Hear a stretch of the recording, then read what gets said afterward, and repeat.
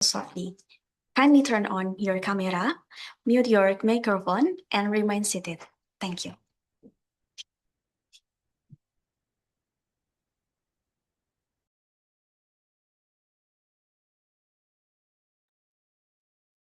Assalamualaikum warahmatullahi wabarakatuh. Distinguished guests, ladies and gentlemen, it is my great pleasure to welcome you to the opening ceremony of the International Conference on Learning and Education 2026, proudly hosted by STKIP PGRI Pacitan. On behalf of the organizing committee, I would like to extend our warmest welcome and sincere appreciation to all of you for joining us at this international academic gathering. We are truly honored by your presence and grateful for your participation.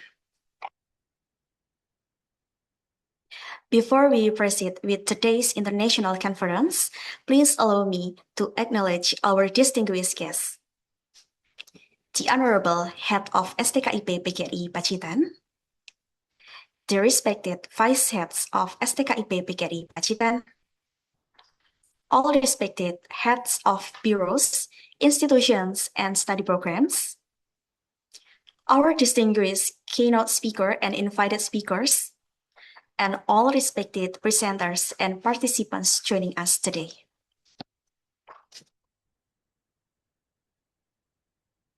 First of all, let us express our deepest gratitude to Allah Subhanahu wa Ta'ala for His blessings and mercy, which have enabled us to gather here today in good health and high spirits. Secondly, my peace and blessings be upon our beloved Prophet Muhammad Sallallahu Alaihi Wasallam, whose teaching continue to inspire and guide us. Distinguished guests, ladies and gentlemen, before we begin this seminar, let us recite Basmalah together. Bismillahirrahmanirrahim. May Allah Almighty bless the international conference, guide us with wisdom, and grant this event great success. Ladies and gentlemen, now we are going to the second agenda, the singing of the Indonesia National Anthem, Indonesia Raya, followed by the hymn of STKIP PGRI Pacitan.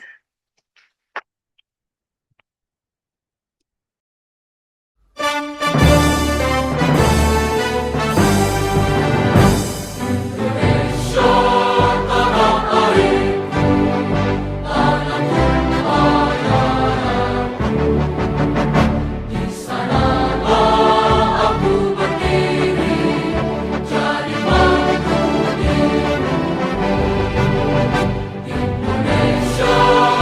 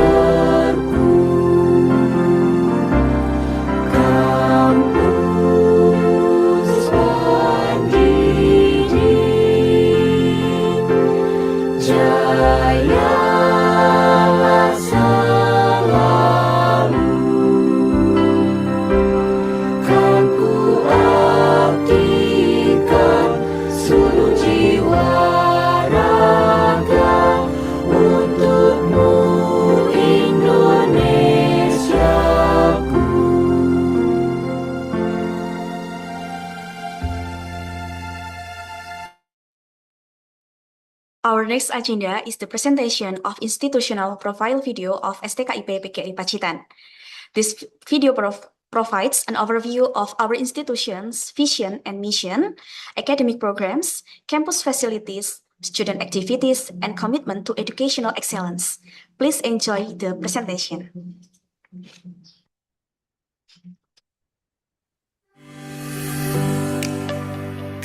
Pacitan, kota yang dikenal dengan keindahan pantainya, budaya dan kekayaan alam yang menawan. Di tengah pesona kota ini, berdiri sebuah institusi pendidikan yang turut berkontribusi mencetak generasi pendidik unggul. STKIP PGRI Pacitan. Berdirinya STKIP PGRI Pacitan yang diinisiasi oleh para guru ini terus mengembangkan sumber daya manusia yang berprestasi dan berdedikasi di bidang pendidikan.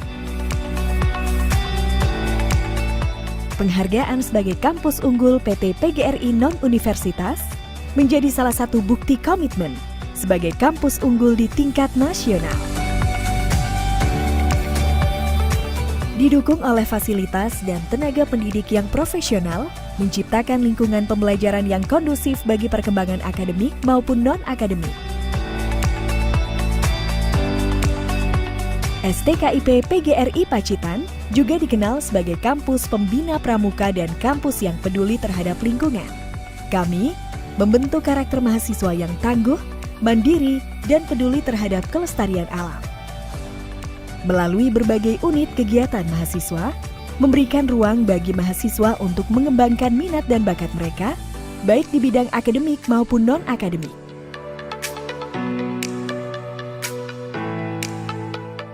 STKIP PGRI Pacitan bangga dengan prestasi para mahasiswa dan alumninya.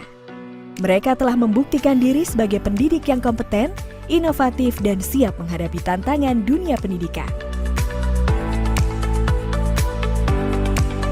Bekal kuliah membawa saya dapat bekerja di Kejaksaan Negeri Pacitan sebagai PPNPN. STKIP PGRI Pacitan tetaplah mencetak generasi yang siap menghadapi dunia kerja. Kuliah di STKIP PGRI Pacitan adalah suatu kebanggaan karena bisa membawa pekerjaan sesuai yang saya impikan. STKIP PGRI Pacitan pencetak pendidik profesional. STKIP PGRI Pacitan menyiapkan generasi pendidik masa depan yang humanis, berkarakter, dan berprestasi.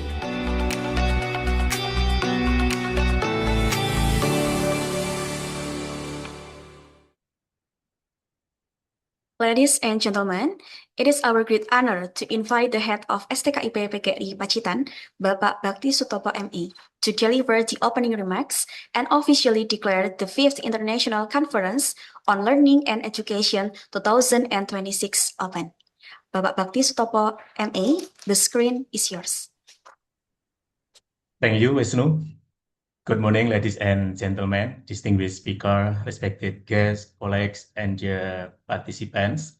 It is great pleasure and honor for me to welcome you all to the 5th International Conference on Learning and Education organized by STKIP PGRI Pacitan.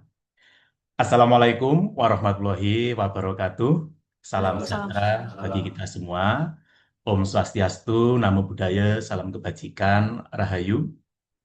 Yang saya hormati pengurus PPL PPT PGRI Pacitan. Yang saya hormati dan saya banggakan para narasumber pada konferensi internasional ini.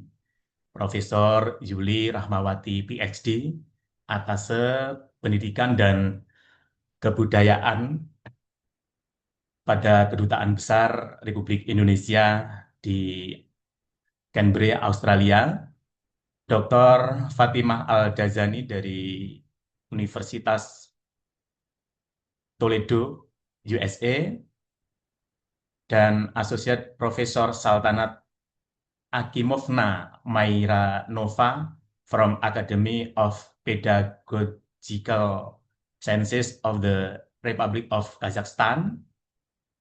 Yang saya hormati para Wakil Ketua STKIP PGRI Pacitan, para Kabiro, Kaprodi, Kepala UPT, Kepala Bagian, Bapak, Ibu dosen, para tamu undangan, mahasiswa, dan seluruh peserta konferensi yang berbahagia.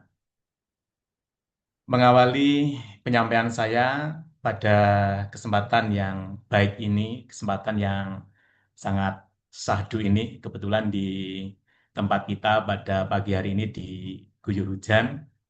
Oleh karena itu, kita selalu bersyukur pada Tuhan Yang Maha Esa, Allah Subhanahu wa Ta'ala, dan utamanya pada kesempatan ini kita dipertemukan dalam sebuah forum akademik yang luar biasa, di dalam forum The Fifth International Conference of Learning and Education ICLE 2026. Kami juga mengundang mitra dari Malaysia, Filipina, Thailand, yang pada kesempatan ini mudah-mudahan juga hadir. Dan selain itu juga dari kawan-kawan UMP, Universitas Muhammadiyah Purwokerto, Jawa Tengah, Universitas Usindok, Nganjuk, Unesa Surabaya, dan semua mitra yang hadir. Meskipun pertemuan ini berlangsung secara daring, saya percaya bahwa ruang digital tidak mengurangi makna perjumpaan akademik kita.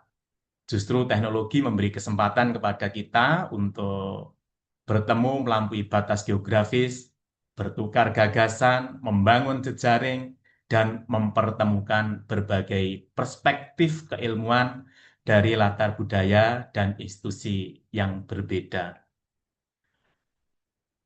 On behalf of STKIP PGRI Pacitan, I would like to express our sincere gratitude and highest appreciation to all distinguished speakers who have generously shared the time, knowledge, and expertise with us today. Secara khusus, saya menyampaikan terima kasih dan penghargaan yang setinggi-tingginya kepada Profesor Yuli Rahmawati, PhD, Dr. Fatimah Al-Dajani, dan juga Associate Profesor Saltanat Akimovna Maira Mova. Kehadiran Ibu sekalian merupakan sebuah kehormatan bagi STKIP PGRI Pacitan di tengah kesibukan dan tanggung jawab akademik yang sangat besar. Ibu berkenan hadir dan berbagi pengetahuan bersama kami. Kami meyakini bahwa pemikiran, pengalaman, perspektif yang disampaikan dalam forum ini akan memberikan kontribusi yang sangat penting bagi pengembangan budaya akademik, khususnya dalam membangun integritas penelitian dan pendidikan tinggi. We are truly honored to have you with us. Your presence make this conference more meaningful academically and internationally connected. Hadirin yang saya hormati, tema konferensi kita hari ini sangat penting dan relevan, yaitu Reclaiming Academic Integrity, Restoring Research, Reputation, and Relevance in a Post-Trust Era. Tema ini mengajak kita untuk kembali memikirkan posisi integritas akademik dalam pendidikan tinggi dan dunia penelitian. Kita hidup pada masa ketika informasi berkembang dengan sangat cepat. Teknologi digital membuka akses yang sangat luas terhadap ilmu pengetahuan. Artificial intelligence atau kecerdasan artifisial berkembang dengan cepat dan mulai menjadi bagian aktivitas akademik. Data dapat diproduksi, disebarluaskan, dan digunakan dalam waktu yang sangat singkat. Perkembangan tersebut membawa banyak manfaat, namun pada saat yang sama, kita juga menyadari kita dihadapkan pada persoalan yang semakin kompleks. Plagiarisme, manipulasi data, fabrikasi hasil penelitian, publikasi yang tidak bertanggung jawab, penyalahgunaan teknologi, serta penyebaran informasi yang tidak terverifikasi menjadi tantangan nyata bagi masyarakat akademik. Karena itu, integritas akademik tidak boleh kita pahami hanya sebagai persoalan kepatuhan terhadap aturan administratif. Integritas akademik merupakan dasar moral sekaligus dasar ilmiah dari seluruh aktivitas pendidikan dan penelitian. Kita seorang peneliti menyajikan dengan jujur, itu adalah integritas. Ketika seorang mahasiswa mengakui sumber pemikiran yang ia gunakan, itulah integritas. Ketika seorang dosen membimbing mahasiswa yang penuh tanggung jawab, itu juga integritas. Demikian pula kita institusi membangun sistem akademik yang transparan, adil, dan dapat dipertanggungjawabkan. Disitulah budaya integritas tumbuh. Dengan demikian, membangun integritas akademik tidak cukup dilakukan melalui aturan dan sanksi. Kita perlu membangun kesadaran, kita perlu membangun budaya, kita perlu menciptakan ekosistem akademik yang mendorong setiap orang untuk bertanggung jawab terhadap proses dan hasil kerja ilmiah. Academic integrity is not only about following rules. It is about building trust. It is about honesty, responsibility, transparency, and respect for knowledge. Without integrity, academic excellence loses its meaning. Bapak, Ibu, dan para peserta yang saya banggakan, disinilah perguruan tinggi memegang tanggung jawab yang sangat penting. Perguruan tinggi tidak hanya memiliki tugas menghasilkan lulusan, perguruan tinggi juga tidak hanya mengejar jumlah publikasi. Lebih dari itu, perguruan tinggi harus memastikan bahwa pendidikan dan penelitian dilaksanakan secara jujur, benar, etis, dan bertanggung jawab. Reputasi akademik pada akhirnya dibangun dari kepercayaan. Masyarakat harus percaya bahwa pengetahuan yang kita hasilkan dapat dipertanggungjawabkan. Meskipun hasil penelitian pada saat ini termasuk konteks di negeri kita ini bukan menjadi dasar utama untuk membuat suatu program atau kebijakan mungkin di ranah pemerintah. Akan tapi kita tidak boleh putus asa, kita tidak boleh surut semangat kita untuk tetap menjaga reputasi akademik di bidang penelitian. Saya kira inilah salah satu semangat penting konferensi hari ini. Forum ini bukan sekadar tempat untuk mempresentasikan makalah. Konferensi ini harus menjadi ruang dialog, tempat kita menguji gagasan, tempat kita belajar menerima kritik akademik, tempat kita memperluas perspektif, dan yang tidak kalah penting, tempat kita membangun jejaring akademik yang berkelanjutan. An international conference should not end when the Zoom meeting is closed. It should continue through collaboration, research partnership, academic publication, and meaningful exchanges of ideas. Saya berharap ICLE 2026 dapat menjadi pintu bagi lahirnya berbagai kerjasama akademik. Hadirin yang saya hormati, saya juga ingin menyampaikan apresiasi kepada seluruh panitia yang telah mempersiapkan konferensi ini. Penyelenggaraan kegiatan internasional membutuhkan kerjasama, ketelitian, komunikasi, dan komitmen dari pihak. Terkhusus pada Kepala LPPM kami, kebanggaan kami, Bapak Sugiono MPD, dan tim kami apresiasi setinggi-tingginya. Terima kasih juga kepada seluruh pimpinan, dosen, tenaga kependidikan, dan mahasiswa yang telah bekerja dan mendukung terselenggaranya kegiatan ini. Kepada para presenter dan peserta, saya juga menyampaikan terima kasih atas partisipasi saudara sekalian. Saya berharap seluruh peserta dapat mengikuti rangkaian konferensi ini dengan aktif. Jangan ragu untuk berdiskusi, jangan ragu untuk bertanya. Perbedaan pandangan dalam forum ilmiah bukan sesuatu yang harus kita hindari. Justru dari dialog yang terbuka dan argumentasi yang sehat, ilmu pengetahuan dapat berkembang. Dear participants, I encourage all of you to actively engage in today's discussion share your ideas, ask critical questions, and be open to different perspectives. Academic progress begin when we have to courage to think, to question, and to learn from under. Saya percaya konferensi hari ini akan menghasilkan pemikiran yang bermanfaat tidak hanya bagi STKIP PGRI Pacitan, tetapi juga bagi komunitas akademik yang lebih luas. Sekali lagi kepada para narasumber yang telah hadir dari berbagai latar institusi dan negara, kami menyampaikan penghargaan yang tulus. Thank you for being part of our academic journey. Thank you for sharing your knowledge and experience with us.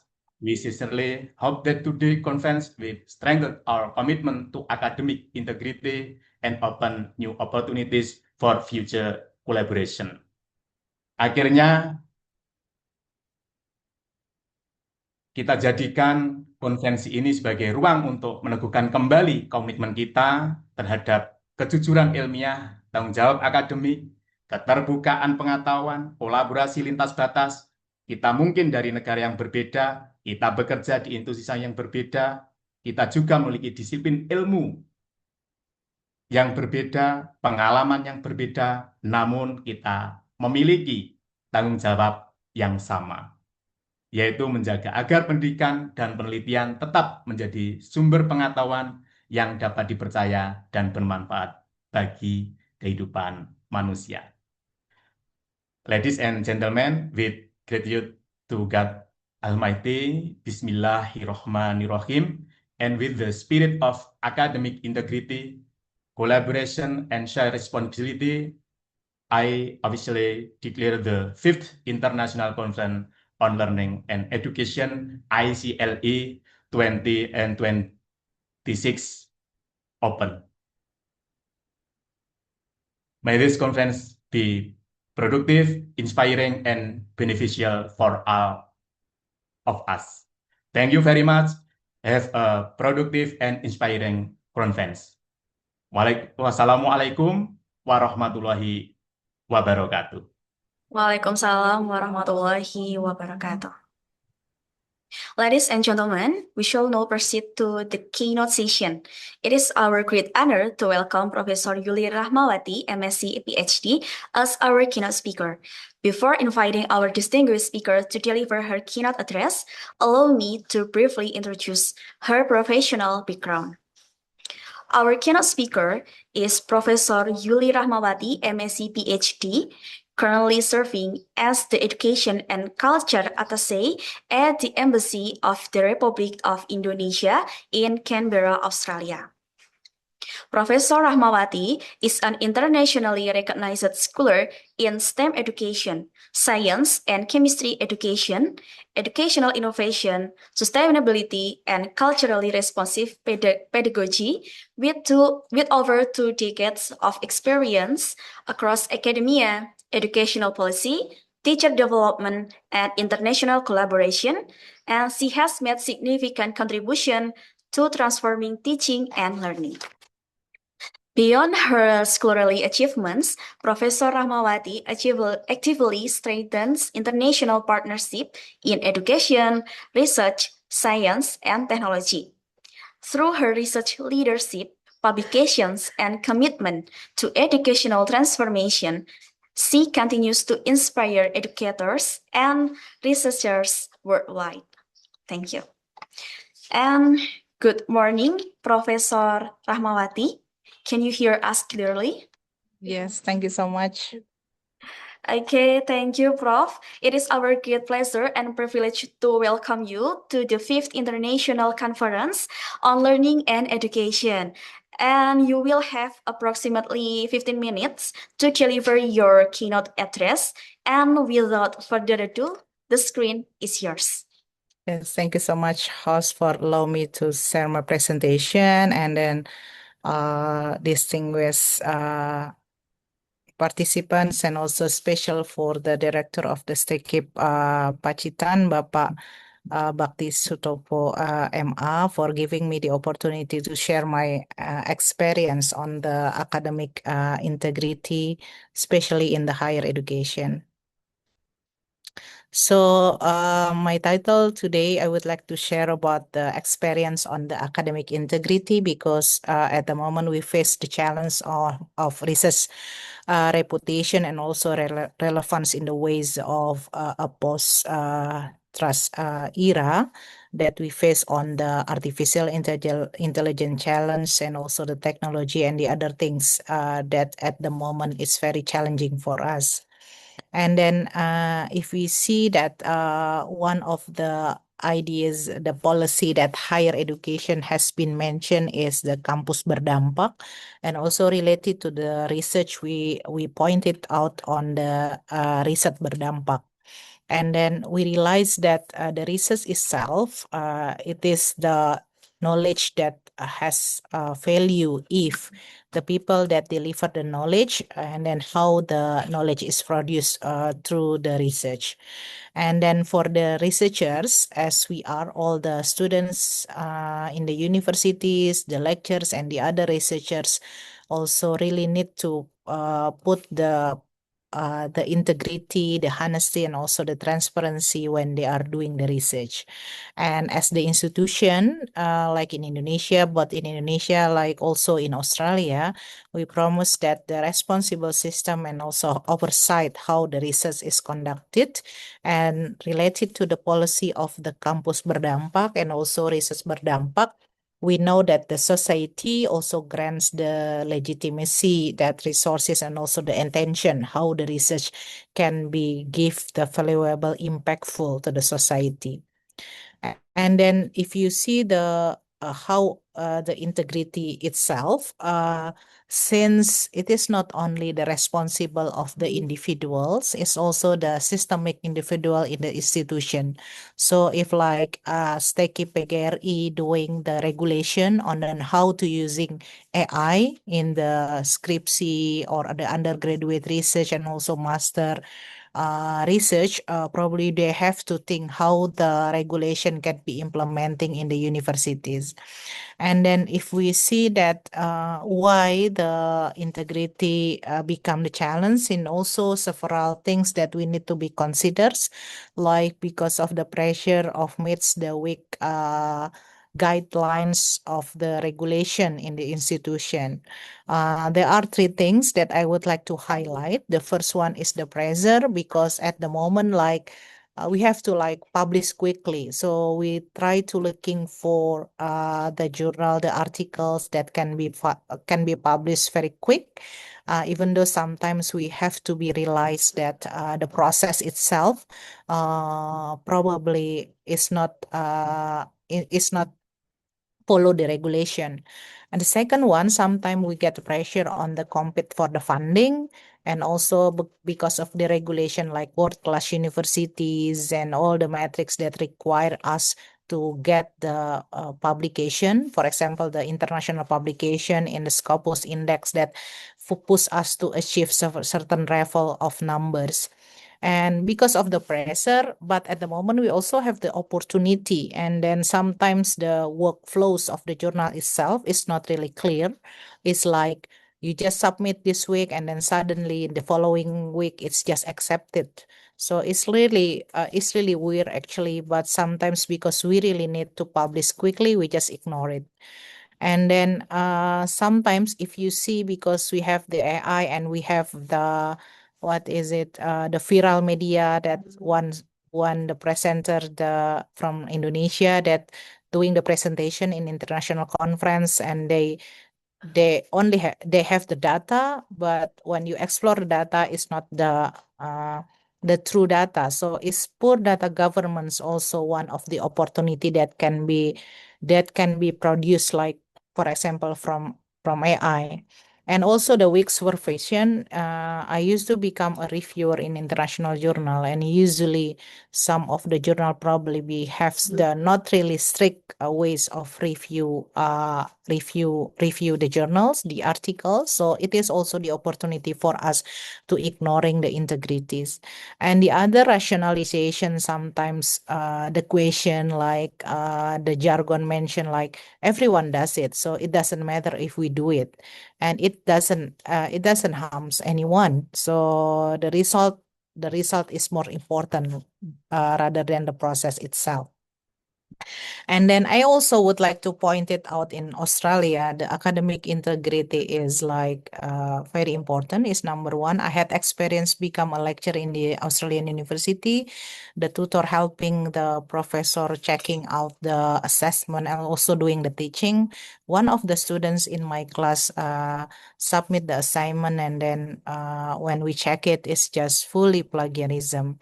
And then after communication, we just discuss to give him the 0 mark. And then we told him that if you do it again for the next assignment, we just uh, give him not only didn't pass the course, but also they have to go out from the university, didn't graduate from the university. So that the other way that's the integrity works in Australia as an ecosystem, and also not only individuals but also as system in the universities, because in Australia they have really clear governance how the ethics reviews, like in Indonesia is really easy to taking data collection to the schools, to the kids, but in Australia you have to pass through the ethics review, which it takes like more than 1 month, more than 6 months even. So, and also the authorship rules, like you just cannot put the people's name on the publication. And also all the conflict, for example, if you're doing a reviewer, you cannot become from the same institution. And also all the investigation. The second one on the research capability and also the open practice and also the culture, because all the training data management, it's being training not only for the students but also for the lecture. And we really have in Australia, they have the transparent protocols in the ways of how doing the correction, reproduction of the scientific work.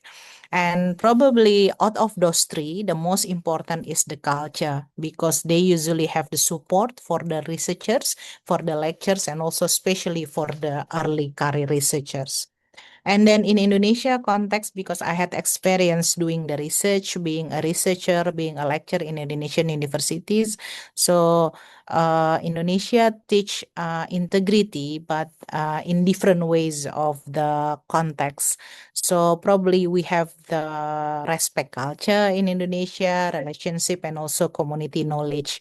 Based on my experience as chemistry and science education, so I'm a lecturer in Universitas Negeri Jakarta, and then doing several research on culturally responsive teaching, STEM education, STEAM education, design thinking, and also especially for the transformative learning for the teachers and also the students. So what happened that's in Indonesia context, what I learned that we really have opportunity for doing the co-design research with the participants. So not only depend on the participants, but we also give the contribution. And the second one, we recognize the local knowledge, and then sometimes we get the data.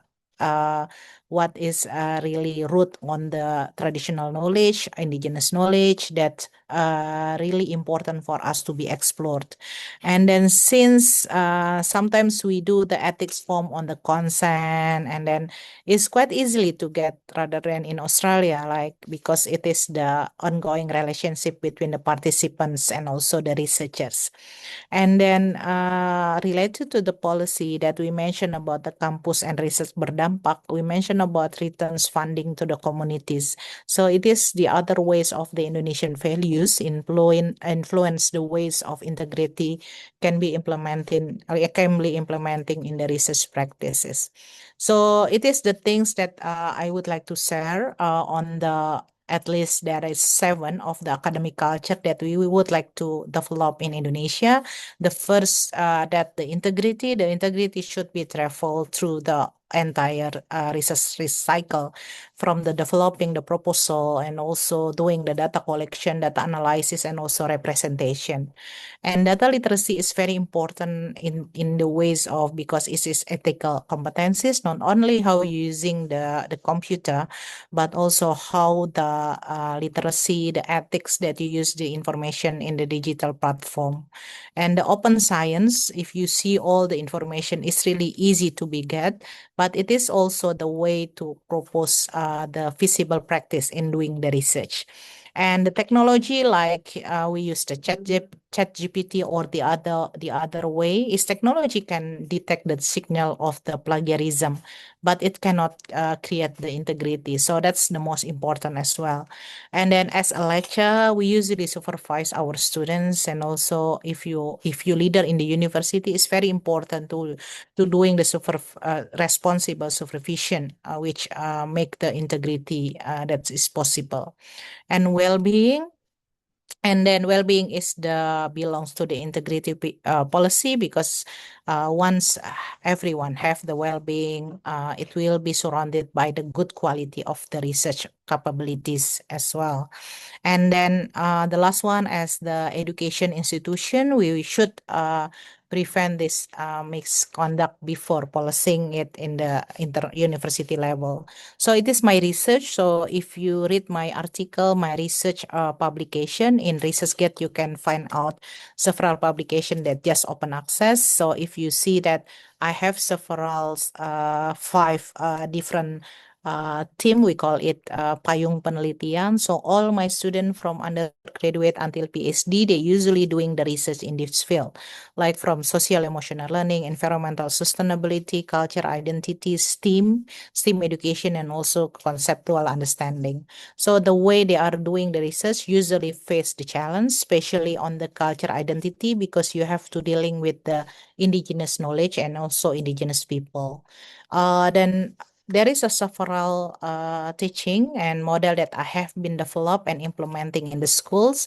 So I realized that when you're dealing with the schools and doing the educational research, you have to understand that if you would like to empowering doing research that impactful, it should be like related to how the meaningful and also the empowering agency as a student as the agents of change. And the teaching and learning itself, it should be giving the impact on the meaningful, contextual, and also authentic learning experience. So those values that guide me for doing the research and educational research. So it's all the little bit publication on the book chapter, and also the research that I have been done on dilemma teaching pedagogy that get funding from the UNESCO, and also from the publication on the Braille and Sense regarding the transformative learning and also STEAM education. And the last one for closing my speech today is related to the, I think that integrity, the first one, integrity is build the trust. So if you are used to develop your culture of the integrity, the research not only give an impact, but also how the people produce the research itself. And then the point that out we mentioned about the open science, data literacy, transparency, and also responsible supervision must be guide for the entire research process. And then the integrity itself, the second one is really the shared culture. So usually one, the universities and then our academic environment has been developed. It's not only individual responsibility, but also institution, the university should create the ethical, supportive, and culturally responsive teaching, and also the ministry as a whole system that support us in the higher education system. So it can be protect both the research quality and also well-being.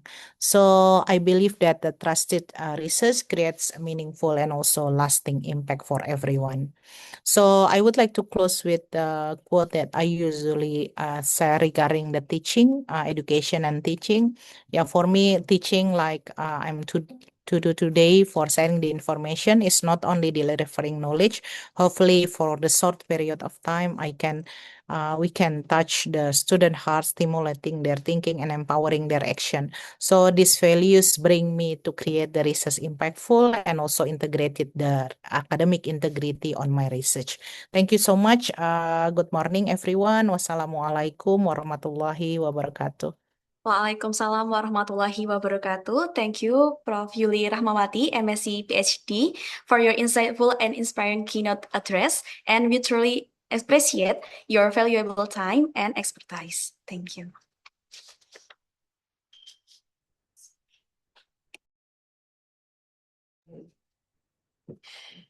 Okay, ladies and gentlemen, The next agenda is chanting prayer. Bapak Taufik Hidayat MPD, screen is yours. Assalamualaikum warahmatullahi wabarakatuh. Ladies and gentlemen, let's bow our head for this moment and ask to Allah to get this blessing. A'udzu billahi minasyaitonir rajim. Bismillahirrahmanirrahim. Allahumma sholli ala sayyidina Muhammad wa ala ali sayyidina Muhammad. Alhamdulillahi rabbil alamin. Hamdan na'imin, hamdan syakirin, hamdan yuafi nimah wa yukafi mazidah. Ya Rabbana lakal hamdu wa lakas syukru, kama yanbaghi li jalali wajhikal karimi wal adimi sultanik. Ya Allah, Ya Rahman, Ya Rahim, wahai Zat yang Maha Pengasih lagi Maha Penyayang. Kami hadir dalam ruang virtual ini untuk menjadi hamba-Mu yang bersyukur atas nikmat-Mu. Curahkan rahmat dan kasih sayang-Mu kepada kami yang hadir di ruang virtual ini. Hanya kepadamu kami bersujud, hanya kepadamu kami bersyukur, dan hanya kepadamu kami memanjatkan doa. Ya Allah, Tuhan yang Maha Pemberi, jadikanlah seminar internasional ini sebagai majelis ilmu yang bermanfaat bagi kami semua, sekarang dan masa yang akan datang. Memperluas pengetahuan kami, pembangkit semangat bagi kami, media bagi kami untuk berbagi ide dari berbagai macam disiplin ilmu yang kami miliki. Ya Allah, Ya Wali, Ya Nasir, jadikanlah kami semua yang hadir di ruang virtual ini menjadi pribadi yang memiliki sifat amanah dan jujur dalam kehidupan kami. Anugerahkanlah kepada kami tekad, kekuatan, keikhlasan, lindungan, dan bimbingan untuk menjalankan segala amanah yang diberikan kepada kami semua. Ya Allah, Ya Hadi, bukalah pikiran kami, lenturkanlah lidah kami, munculkanlah ide-ide cemerlang kepada kami, dan berilah kami kekuatan dan kemampuan dalam menjalankan tugas-tugas kami ini. Ya Allah, Tuhan pembuka segalanya, jadikanlah pertemuan kami sebagai pintu menuju ridho-Mu, dan jadikanlah perpecahan kami bersama dengan maghfirah-Mu. Bimbinglah kami dengan hidayah-Mu, berkailah kami selalu dengan takdir-Mu, dan jadikanlah hati kami selalu ridho dengan pemberian-Mu. Ya Allah, Ya Ghafur, ampunilah dosa-dosa kami, bimbinglah kami, dan tampakkanlah kebenaran adalah benar-benar, dan berikanlah kekuatan untuk mengamalkannya. Tampakkanlah pula yang batil adalah batil, dan berikan kami kemampuan untuk menghindarinya. Ya Allah, hanya kepadamu kami menyerahkan diri. Ya Allah, kabulkanlah segala doa kami semuanya. Rabbana atina fid dunya hasanah wa fil akhirati hasanah wa qina adzabannar. Subhana rabbika rabbil izzati amma yasifun. Wassalamun alal mursalin. Walhamdulillahi rabbil alamin. Wassalamualaikum warahmatullahi wabarakatuh. Waalaikumsalam warahmatullahi wabarakatuh. Distinguished ladies and gentlemen, we have now come to the end of the opening session of the 5th International Conference on Learning and Education. May this session bring inspiration and meaningful contribution to all of us in the academic community. As we close this session, let us express our gratitude by reciting Hamdalah together. Alhamdulillah, Alamin. On behalf of the organizing committee and as the master of ceremony, I sincerely apologize for any mistakes during this opening ceremony. Thank you very much for your kind attention and participation. Wassalamualaikum warahmatullahi wabarakatuh. Assalamualaikum warahmatullahi wabarakatuh. Terima kasih Bapak Ibu, terima kasih Pak Ivan, para mahasiswa semuanya. Saya izin meninggalkan ruangan Zoom ya. Baik Ibu, terima kasih atas Ya, terima kehadirannya. kasih. Sehat, sukses semua ya. Ya, Amin. Assalamualaikum. Waalaikumsalam warahmatullahi wabarakatuh. The next session will be moderated by Mrs. Indah Puspitasari, MPD. The screen is yours.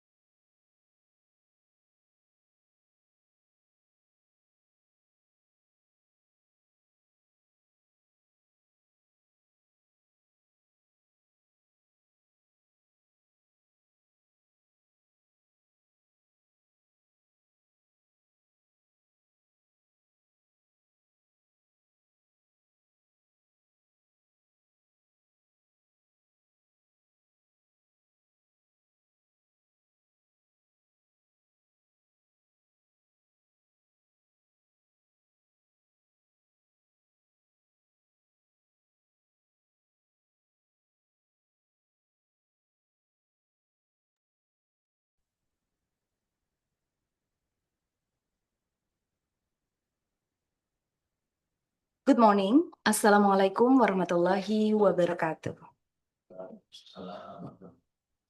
Distinguished invited speakers, respected academics, researchers, lecturers, students, honored guests, ladies and gentlemen.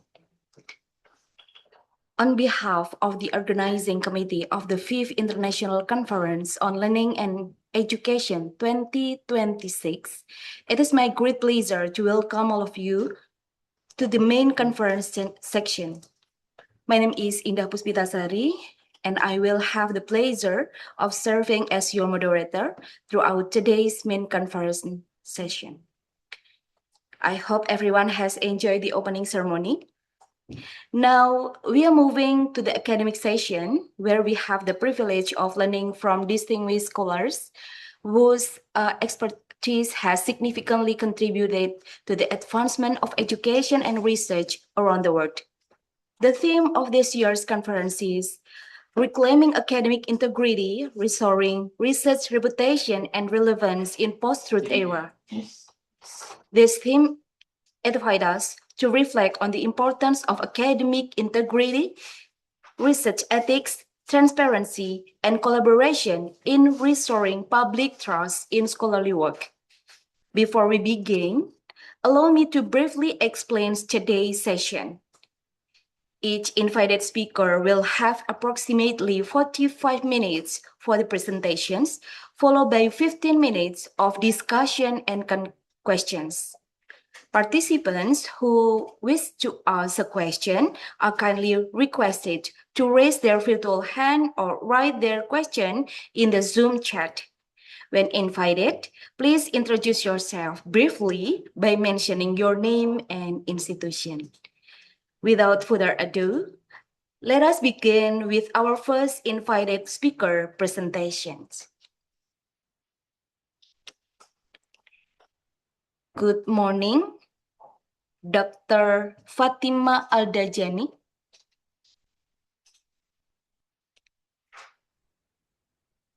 Good Dr. morning. Fatima Aldajani. Yes, can you hear me? Yes, I can hear you. Good. Assalamu alaikum. Waalaikumsalam warahmatullahi wabarakatuh. This is a nice day to see you in this morning. Yeah, I know. Okay. Very early in the morning here. Okay, it is my distinct honor to introduce our first invited speaker. Our first invited speaker is Dr. Fatima Aldajani from the University of Toledo, United States of America. Dr. Aldajani is an educator, researcher, and curriculum specialist with more than 13 years of experience supporting multilingual learners in both K-12 and higher education. She earned her PhD in Curriculum and Instruction from the University of Toledo and currently serves as an ESL adjunct instructor at the University of Toledo, while also teaching at several higher education institutions and working as an AI educational consultant and curriculum designer.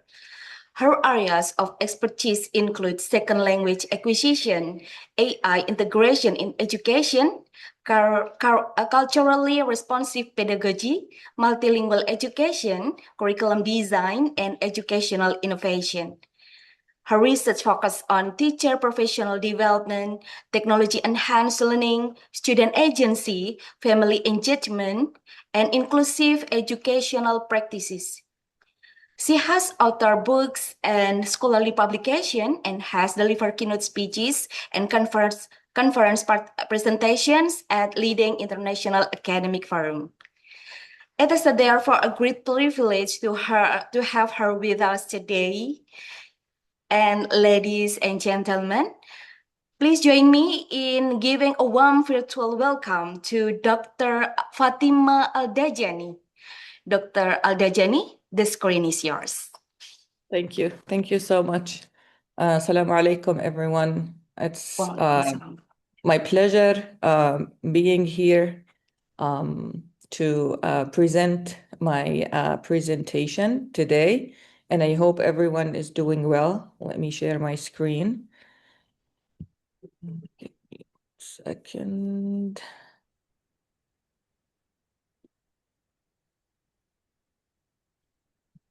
Okay. I think you guys can. Okay. Can you see my screen? Yes, I can see. Good. That's good. Okay. See. Thank you. Okay, so I want to start by saying thank you for joining me and welcome to my presentation. And as a beginning, I would like to say that I want to begin with a confession. When I was preparing for my presentation, I was almost going to give you the usual talk, which is the one about fraud, retractions, and the replication crisis. And that talk is really true. And I'm not saying that's not something important or it's not happening or there is no crisis. But I also want to give you something more. I want to give a talk about the problem that I want to discuss, which is the line that we always hear that says science used to be trustworthy and now it has fallen. I believe, in my own opinion, that this is only one part of a story. And it's from one side of a perspective or a particular place. So today, I'm going to talk about the other part of the story that is missed, or maybe sometimes we're not paying attention to it and we're not giving it the same legitimacy and the same importance as the first part that everyone knows about. And before I talk about this missing part, I want to introduce myself in a different way. So I am a teacher and an educator, and I have spent my life in the classroom, and much of my time was working with refugees and displaced students from all over the world. And usually I sat in a particular chair with my students. That's not the chair when the person who designed a study or a research, but I was sitting in the chair next to my students who the study is always about. And through the years, I have watched many teams arrive over so many years, and they are serious people. They have a good, wealthy funding for their research and study, and they come to ask for stories. And my students usually give them those stories, and they are really real stories. Now, those teams will come and give consent forms to my students, and they translate them in their language so they can understand what they are going to sign. They also generate ethics approvals for the study or the research that they're doing on my students. And the study at the end looks so good, and most probably they got published. Now, then this team leave, and the findings never released to my students, and they don't know what was the finding even. And nobody has ever come back to them to tell them what was the results or what happened, or even just to reward them for sharing those real stories. And then the next year, another team comes and arrive, and they do the same thing again and again, and so on. Now, this is one part, but also about myself. But also, I am a researcher myself, and I have written those proposals, and I have filled the forms. I followed all the guidelines as a researcher, and I exactly was trained to follow the guidelines, and far from the communities that I studied, which is my own students. And I have finished studies that meet every standard and left the community exactly as I found them and never shared the findings with them. So I'm not describing a problem that only other people do. I'm describing something that I have done it in the past myself. And everything on the checklist I have completed, but I have never came back to the people that I asked about their stories. And I'm not here asking anything from you that I'm unwilling to do myself. So I will ask you to judge me by the same expectations that I'm going to talk about today. And let me begin by, I want to acknowledge that the crisis is real. And the mainstream story in this, that science has a trust problem, and a significant part of its inflicted because the replication crisis is not a myth. The landmark Open Science Collaboration, they have a study in 2015, attempted to reproduce 100 psychology finding, and they found that only 39% replicated. That's not a small dip, that's a collapse. And in 2023, more than 10,000 papers were retracted globally, and that is a record also. And not primarily because of honest error, but it's because the growing share involved data fabrications, image manipulation, and peer review gaming. And so the industry-funded research routinely produce findings that favor the sponsor. And this is not a conspiracy theory, it's actually documented and peer-reviewed finding about the peer review. So we start here. We're not going to minimize the crisis, because the conventional account of this crisis is correct as far as it goes. And the problem, and this is the fixed point where everything that follows, is that it does not got far enough, and it's a blind spot that is not accidental. And so they reveal whose trust was ever on the table in the first point. And this is what I want to focus on in the next slide. Because the phrase post-trust, we are assuming there was trust before. And there was a time when research was trustworthy, and that we have fallen from it. So I want you to ask yourself one question. Who is we in that story? And for communities across Asia, Africa, Latin America, and the indigenous territories, the research enterprise was never trustworthy. And there is no golden age they look back on. The research that touched their lives took from them, and from the very beginning. So let me here give you one example from education, and this is the field that we work in. Under the colonial rule across much of Asia and Africa, schools were built to study local children. And in order to govern them better, researchers cataloged the children's language, they measured their mind, wrote careful reports, and then used what they learned to replace those languages with the language of the empire. And this was not unethical, by the way, or it was done outside of norm of responsible research. It was actually official. It was also funded and done by trained and credentialed people.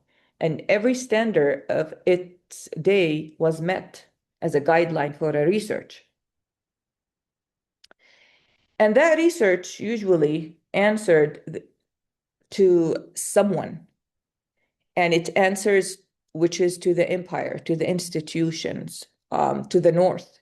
And it never answered the child or the communities that the study was done on them.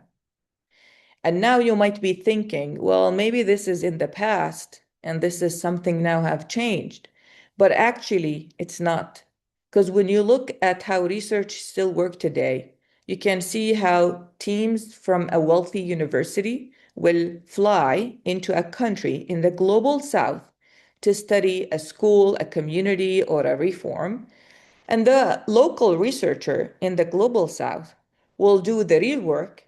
They will collect the data, they translate, they open the doors that not only the people from the north can open them, and then they are left off the paper. The findings are published in journals that even those communities cannot afford to read them because they have to pay money to read those papers and findings. And every procedures that followed that, and every form is filled, and the research answer the funder who paid it, and never to the community who made that study or research possible or published. And this is not a fall from grace, by the way, because nothing fell. For those communities, the ground was always here. So when we call crisis, or we call this a crisis, or a sudden loss of trust, we are speaking the language of the people for whom this distrust is new. We are not speaking the language of the communities from whom distrust was always the only reasonable position.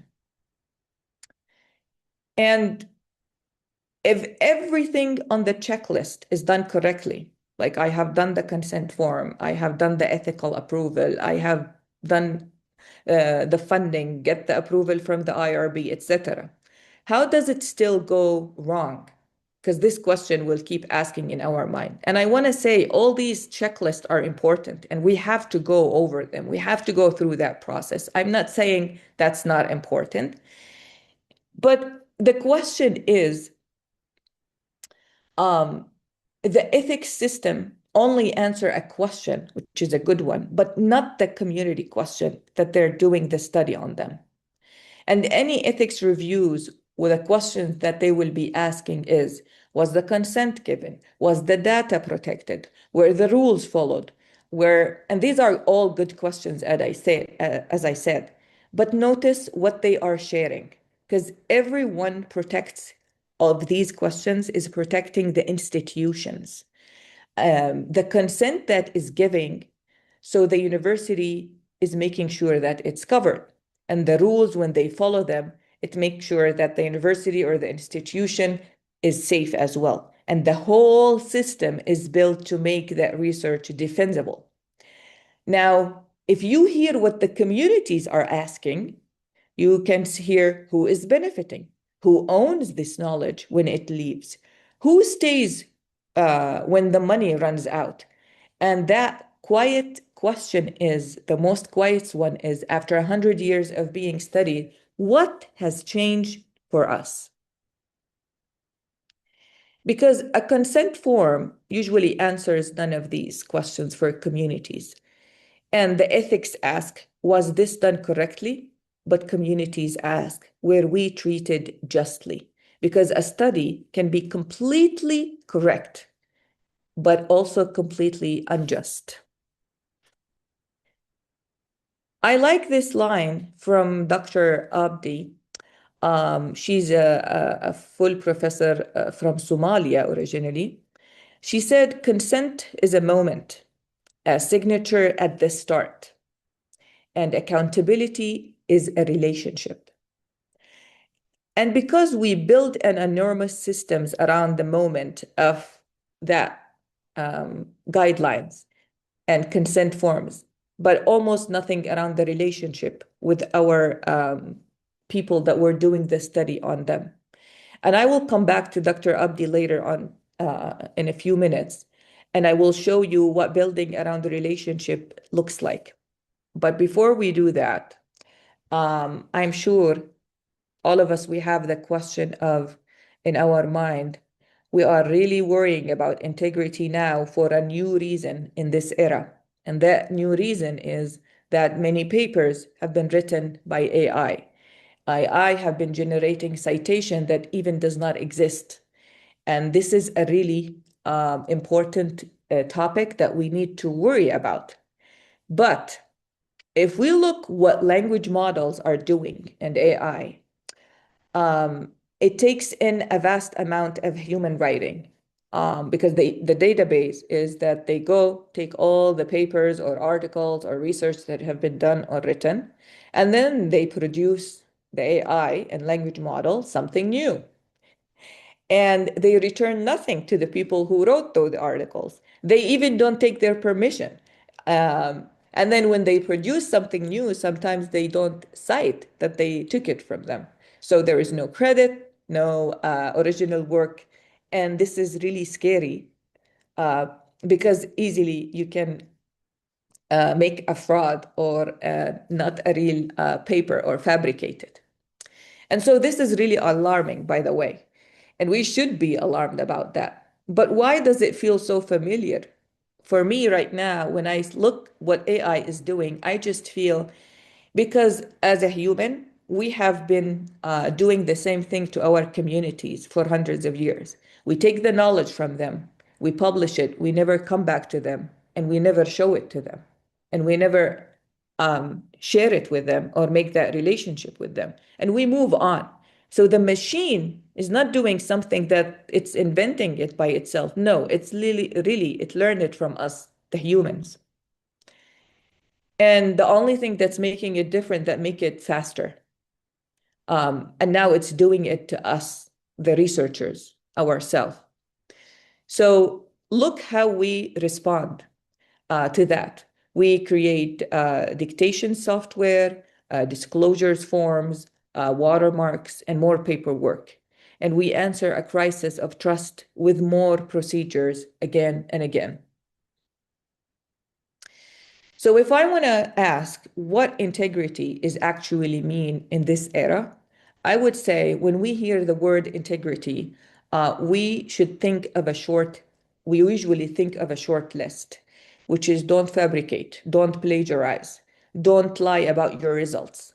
That list is, again, I'm not saying that part of the story is wrong or we shouldn't do it. We have to, but we need to look at the bigger picture in the two part of the story, because every item is about the data when we look at one part of the story.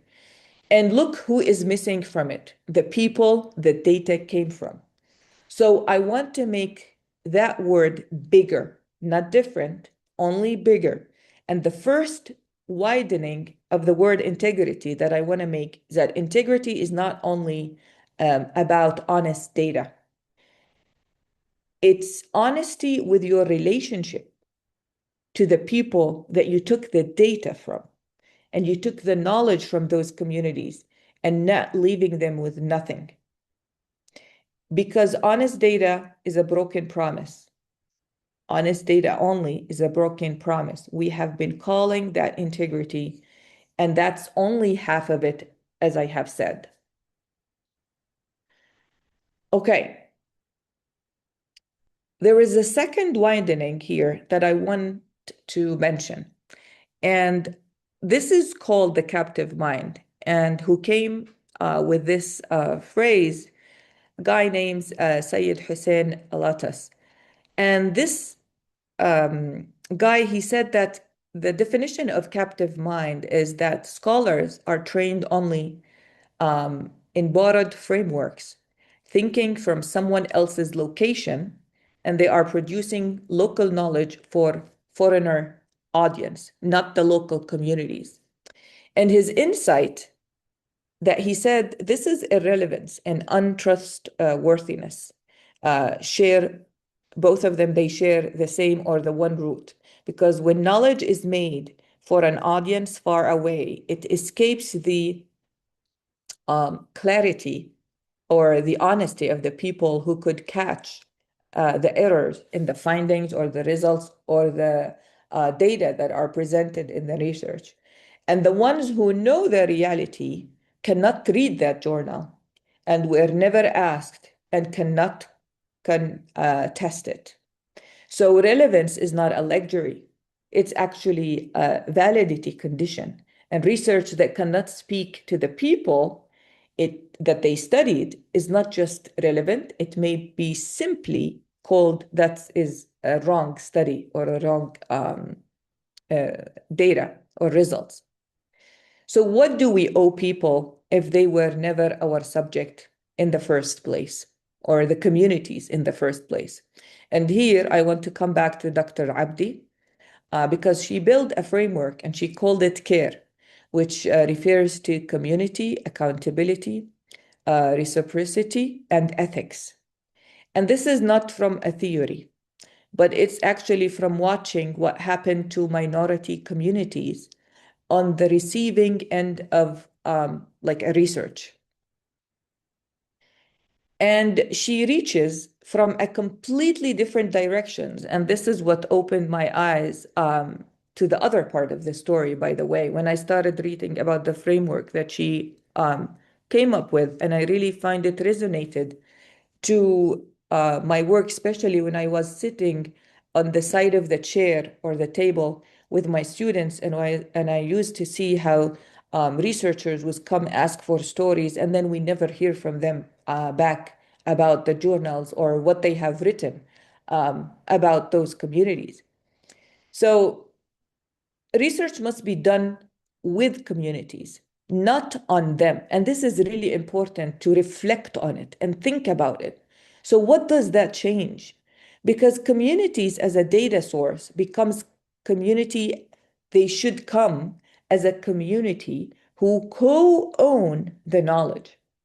And when we talk about accountability, that ends with the usually that grant become accountable that continue after the research team done collecting the data and the stories. And expertise usually are thanked by giving them like just only a gift card. And that's how they think that they are credited. But actually, this is not what we want here. And the line that she ties all of this together, she said, ethics approval is a process, but community accountability is a relationship. And we are here perfected the process and neglected this exact relationship. So you might think that this is something rigorous, softer, but I want to say here it's not softer, it's more harder, which is the opposite of softer.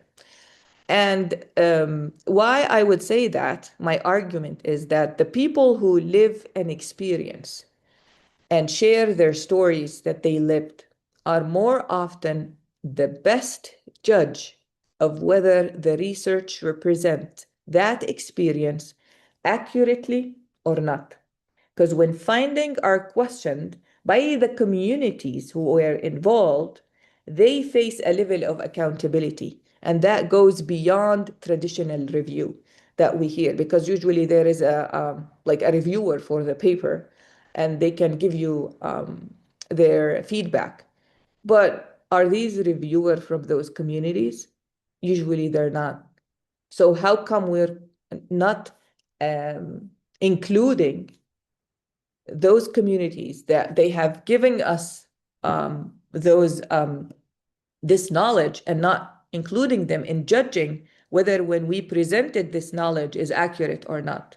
So labeling this work as activist will confuse his perspective with a lot of biasness, because the reviewers and the people who comes from the north have their own type of biasness when they come to study those communities, and all research has a standpoint.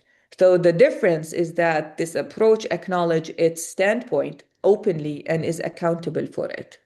And here we come to like that rigor means being answerable to reality, and communities are closer to reality than anyone else who is reviewing those research. Now,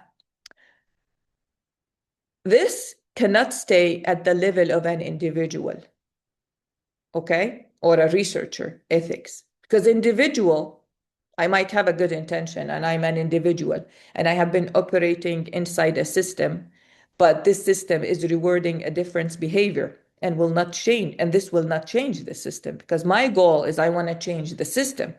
So here I'm presenting 6 things that an institution should do in order to change a whole system. So it's not only on an individual level. The first one is we need to reform the hiring and promotion to reward those communities' engagement and make it locally relevant, like a scholarship, and not just impact the factor and the citation that counts. And number 2, we need to fund those communities to lead the research, and not researchers design studies with a community involvement only, because that's only a box to tick or check. But research where the community is the principal investigator. And then also we need to make sure that we mandate open access as a justice commitment, not just a technical compliance that is required. Because if communities cannot read this research, the research is not accountable to them, by the way. And this is something we have never thought about it. Also, we have to recognize that indigenous and community knowledge in research frameworks, in citations, and methods sections is something very important to recognize it. And we have also to require the arrangement with community organizations on extremely funded project, not advisory board and co-investigators. Also, we have to evaluate the research on impact in the community studies, and not only on their index. And these are structure mandate. They require dismantling an incentive architecture that currently usually reward impact factors over community impact, and citation counts over answered questions. And the institutions getting this right are the ones that made accountability a condition of funding and advancement, not just only nice to have it. And the good intention does not change a system. It usually mandates do that. And here I want to offer a different way of reading this moment or this issue that we're discussing, because the post-trust era is usually framed as a crisis. And as I said from the beginning, it is, but it's also an invitation, because it creates space. And perhaps for the first time in mainstream discourse, we have to ask the question that the conventional account avoids. What would research look like if it were accountable from the start or from the beginning? Not only just reviewed by IRB, but built around answerability as its the principle of conducting the research. And on the right side of my slide, you can see that I have named 4 reforms that I think follow from everything I have discussed today or presented today. Trustworthiness, We need to make sure not research that passes peer reviews, but research that community recognize as true, and the knowledge that presented is true. Relevance, not research that win a grant, but research that community find useful, and it's an ongoing thing that's useful for them. And also legitimacy, because expanding who counts as a legitimate judge of knowledge, not just credential experts, but those with a deep stake in whether the account is accurate or not. And rigorous, reclaiming the word, not the end of rigorous, but the place where rigorous actually begin. And reclaiming integrity means expanding who counts as a legitimate judge of knowledge. And it means asking not only was this done correctly, but was this answer, did this answer to its concerns or not? And that's not a smaller version of science. It's actually a very large one. So let me close with one question. For you to carry out this from here today after my presentation, if our research is rigorous enough to satisfy every ethics committee, but not trustworthy enough for a community to agree to be studied a second time, have we honestly restored integrity? Or have we only restored the paperwork and the checklist of the guideline?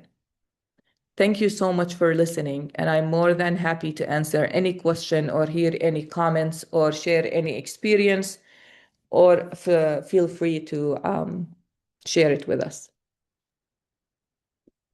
Because I think we have 15 or less minutes left. Yeah, in 15 minutes. Thank you very much, Dr. Alda Jani. What a truly insightful and inspiring presentations.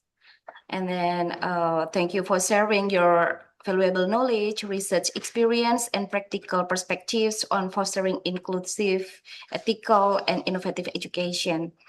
Your presentation has provided us with meaningful insights and has encouraged us to reflect on the importance of academic integrity, ethical research practices, and your shared responsibility in advancing quality education and research. Now, may I have your permission to present an overview of today's material to the participants in Bahasa? Yeah. Okay, thank you. So for the participants, gambaran umum presentasi yang disampaikan oleh Dr. Alda Jani pada pagi hari ini, yaitu membahas bagaimana konsep integritas akademik perlu dipahami kembali di tengah menurunnya kepercayaan masyarakat terhadap penelitian ilmiah atau post-truth era. Integritas tidak lagi cukup dimaknai sebagai kepatuhan terhadap aturan etik atau bebas dari plagiarisme, tetapi harus diwujudkan melalui hubungan yang adil, bertanggung jawab, serta menghormati komunitas yang menjadi bagian dari proses penelitian. So we will now open the floor for the question and answer session. In here we will have about 15 minutes for question and answer. If you would like to ask a question, please raise your virtual hand or type your question in the Zoom chat. When invited, kindly introduce yourself by stating your name and institution before asking your questions.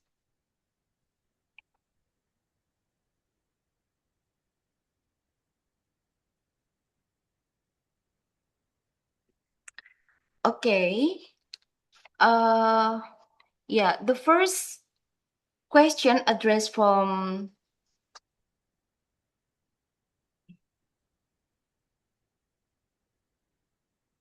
Kartias Argia. Pak Kartias Argia. Yes. Okay. Would you please to turn on your camera first? All right. Okay. Well,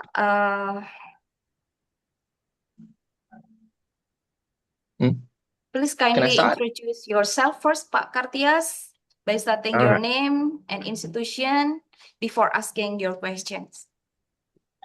Okay, my name is Katias Arkia Pradana from STKIP PGRI Pacitan. Uh, Actually, it's really interesting discussion, but I have something disturb my mind. Our main problem about integrity is not about following rules and yes, so forth like that. Uh, I think the main problem is our eager for reading. Yes, our eager for reading books, our eager for reading literature, and yes, you can name it. Because if we like to read books, literatures, research, studies, and yes, so forth, we can easily find problems. We can easily find something uh, we can search. We can search the answer by research like that. If we don't have eager for reading, we cannot find any problems easily. So that's why we always rely on AI. Yeah. Uh, okay. I know it's crisis, but we have we have more important thing we have to discuss.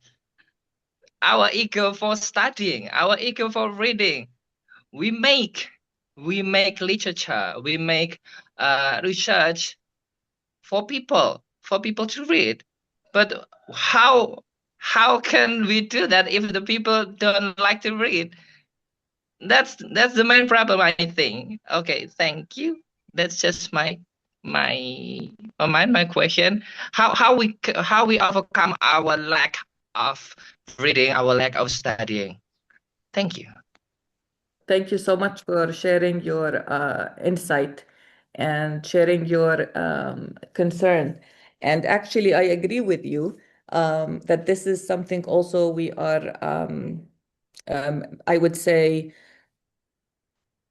struggling a lot with our new generations because now reading, we are depending so much on AI, and instead of just spending the time to read the what's going on in the field and what is the most current and updated publications and articles and research.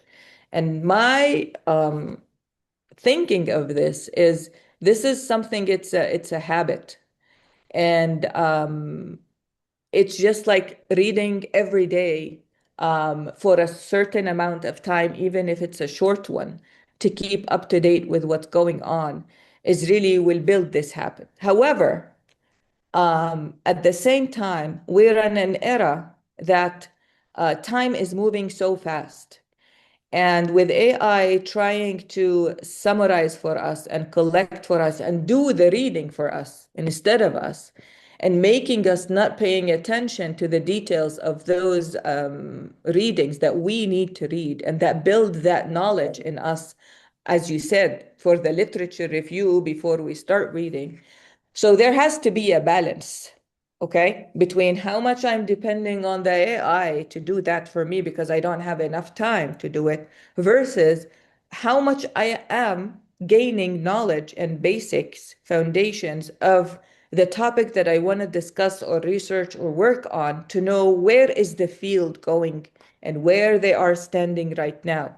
So there has to be a balance of how much do I need to read and how much do I need the AI to help me with that reading. But this is something I have seen it a lot with my students even.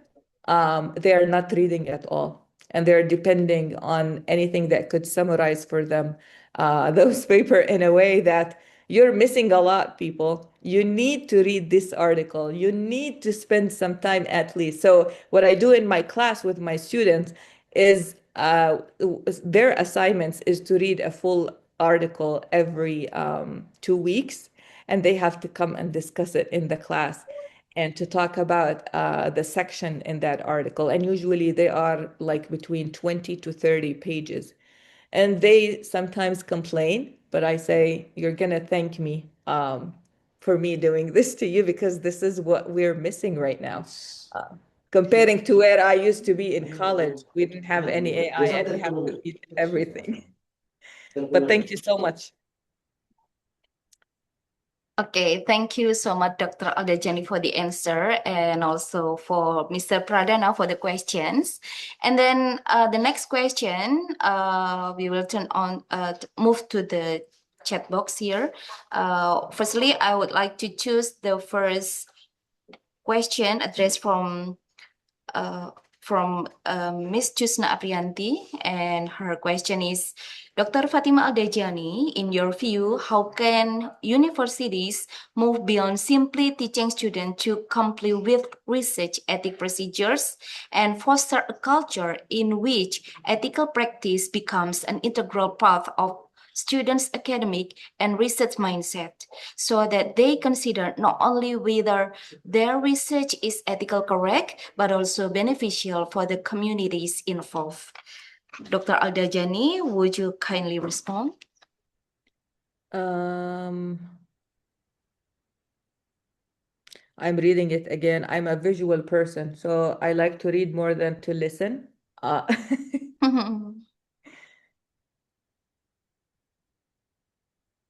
will repeat it. No, I'm reading it. So, okay. So you're asking that how can universities move beyond simply teaching students just only to comply with the research ethics? My answer to this question would be, this is something that usually we don't talk about in our classroom, and university doesn't talk about. And this comes from a mind that this is what I call it in my, that I took the phrase, the captive mind, where we usually are so amazed and we just feel that anything that comes from the global north is not questionable. So here comes our duty and responsibility that we need to make sure that we are fostering and creating that mindset of, no, we can question what they are bringing to us.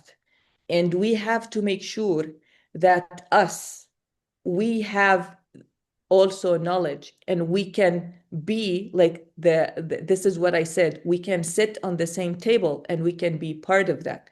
And we can be the co-authors. We can be the one who are holding them accountable, not just only receiving and taking from them what ethics they're talking about, because their ethics, I believe, and especially nowadays, is so questionable. You're telling me about the ethics of research, but then what's happening in the world, how is it ethical?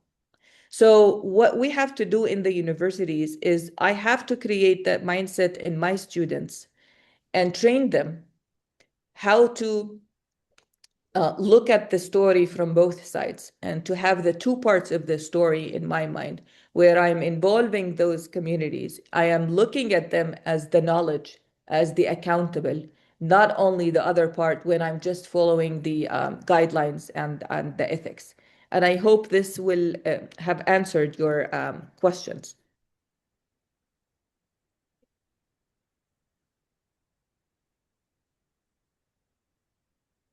Okay.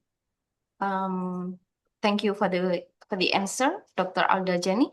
Can we move to the next questions? Yeah. Okay. This is also about the measure of research quality. That is primarily through publication, which is, I'm not saying that that's wrong, by the way. And I have mentioned that so many times through my presentation. But the problem is when we only depend on this and we don't involve the communities to give us the legitimacy and they can judge the results before publishing them. Because usually publishing is depending on reviewers who read your manuscript and they don't know who you are, okay? And they judge those results based on a certain guidelines, like a checklist. There is no communities involved in this. Why we don't have someone from the community, first of all, go over these research results, and then we can give it to the publisher and they can do it with their reviewers and editors. But has to be a phase in the middle.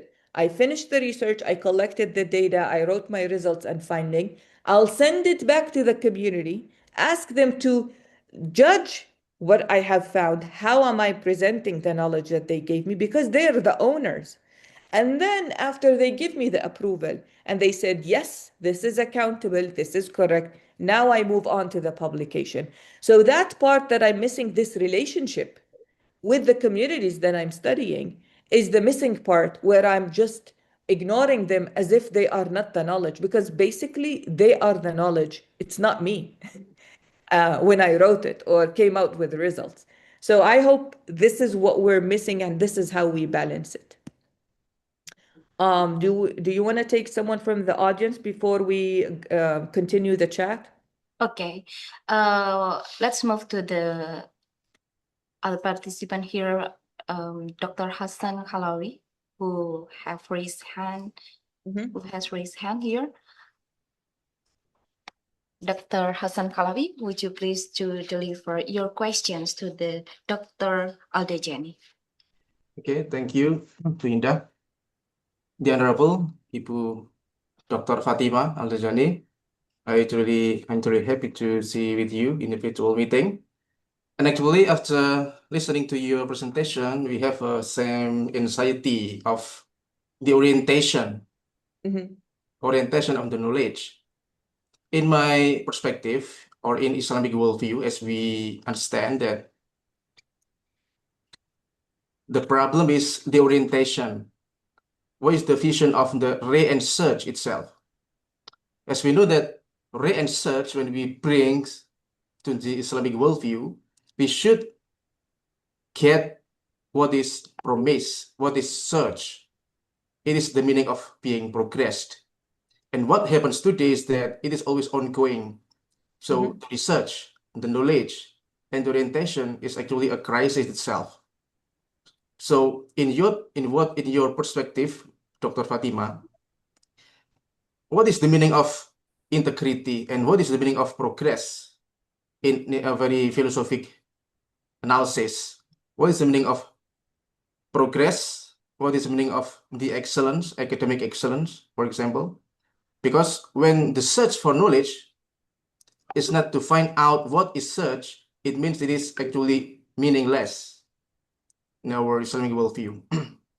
And then another reason is that, as we know, for example, the research, the scientists of Islam, for example, Dr. Fatima, as we know, Ibn Sina, he always read 40 times the work of Aristotle, and after that, he was helped by Al-Farabi's writing to understand the philosophy, for example, 40 times. Prof. Alatas write down and then delete by using eraser, thinking over time, and then have a community to learn itself. But now, what happened is the machine itself. When the scientist is always engaged with the machines, AI, etc., what is actually the true scientist, the true philosopher? Because it is the machine, and the responsibility, the covenants, is fulfilled by our soul, namely the individual soul. So the last question, as the summary of my question, Ibu Fatima, what do you think of being progress? What do you think of being true scientist and integrity? And what is the orientation of science itself for us, especially for the Islamic worldview? Thank you for your response. Thank you so much for your question. It's really important. And I actually would like to say, since you mentioned and asked about how us, like as a Muslim, can define integrity based on how I look at it right now, the research and the science and knowledge, I believe there is a huge gap in how we define that, because all the Islamic perspective has been erased and not acknowledged in the global north. I will give you one example just because of the time. In Islam, we have something called shahada. You know that? Like when you witness on, like, you remember when the hadith was transferred from one person to another? It's about the shahada, that they have the shahada that this person is honest, trustworthy, and then they took their knowledge and they move it on and they pass it to the next generation. This is something I believe if we can consider it in the research ethics that we put as a guideline, it will make a big difference, because the communities or the people who we take the knowledge from and collect the data from, if we look at them as if they are the knowledge itself, and we depend on this shahada, for example, this is going to make a huge difference in worthiness that they keep telling us about. Because when you look at the reality, those North has been colonizing us all over the world. And then they come tell you about trustworthy, ethics, honesty, integrity. And when it comes to the ground and how they treat the human, it's the opposite of that checklist that they keep telling us about it. So in my own opinion, this is something that we have to start. I don't want to say it as a revolution, but I mean, we have to start changing that narrative and those guidelines, and having researchers and scholars from within our communities to come out and speak out and say, what ethics you're giving us is not complete. Some of it might be correct, but I want to add more, and I want to be on that table, and I want to be part of creating those guidelines and reframing those guidelines and ethics, because it does not apply to us and it doesn't make any sense on what the colonizer is doing to us. And then they come and claim that we are less, we don't have the knowledge, we don't have the ethics at the same time. So this is my perspective. And that's why I'm vocal about this. And I want to make sure that everyone is aware about it, so every individual can start working, and then maybe we can have a network that can expand. And the more we have a louder voice, and we can do it institutionally and as a system, the more we can have it as part of the global research committees and guidelines. Okay, thank you, Dr. Fatima, because I mean that it is always a perpetual clash of worldview, different and permanent clash of civilization, actually, when talking about two different perspectives. And we hope that we always, we always engage and then can contribute to the world for Islamic worldview, because it is very, very perpetual clash of worldview. And thank you for your answer and sharing. Thank you. Yeah. Thank you so much. How much time do we have? Oh, we still have more time, or we're done? Because I think that the last two questions. Yeah, we still have 10 minutes, Dr. Okay. Abdeljani. Okay. Yes, Okay. thank you for the answer, and thank you for the question, Dr. Hassan Khalawi. Let's move to the question in the Zoom chat in here. Comes from Ms. Khairul Qudsiah. And with her question is, many universities still measure research quality primarily through publication and citation metrics. How can academic institutions balance these performance indicators with the ethical responsibilities emphasized in your presentations? Okay, I think I answered this question before, Dr. Hassan, when I talked about the balance, but that's why I will move to the next two questions,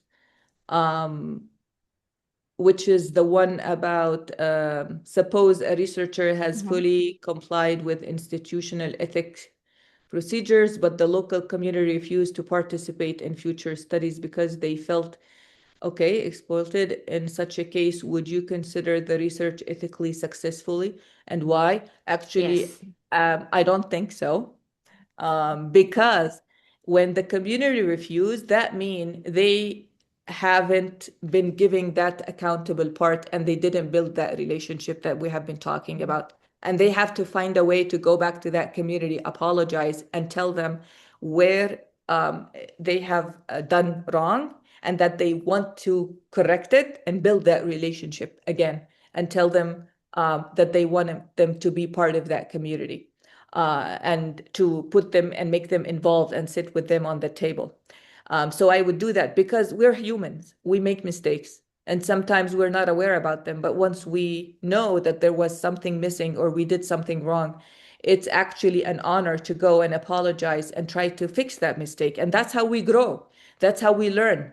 That's how we become better. That's how we can make a better community and a better place for people and humans to live in. So I would do that definitely. Now, if the research was already published, I would still go back to them and tell them, I want to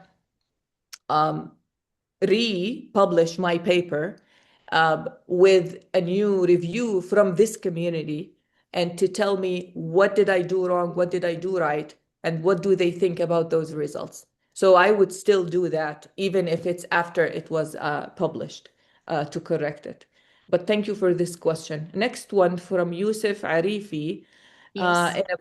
In a publish or okay, academic culture driven by metrics and citation. How can university realistically shift from compliances-based integrity to community-centered integrity without putting early career researcher at a disadvantage?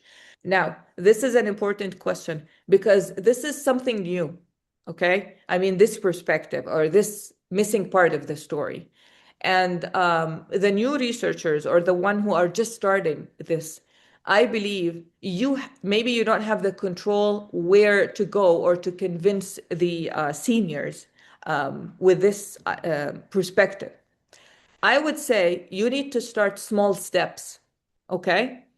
At least keep talking about this. Bring the idea, share it with them, and tell them, I have a perspective that I would like to share, and ask them to think about it and reflect on it and try to do more research to present it to them in a way that those audience that you want to convince, if you know the language, the specific language that could convince them, be smart how to use it. Because when you prepare something and you want to convince someone, you have to make sure that you know those people and you know what is the key that you can use to get into their minds so they can just start listening to you and see where are you coming from and to consider what perspective are you bringing. Because I believe if it's someone who is not like in the career for a very long time, they should by no mean to say that this something has to be a good listener and listen to others and to their perspective. This is like an ABC for a researcher. They cannot just ignore you because you are a new researcher and you're bringing something new that they don't want to listen to you. That's ignorant. And that's ego. And that's a big and huge problem to work even with them.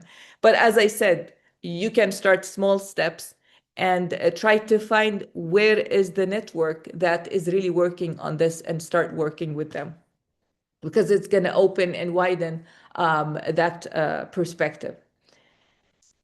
Next one by Dawi Rahman.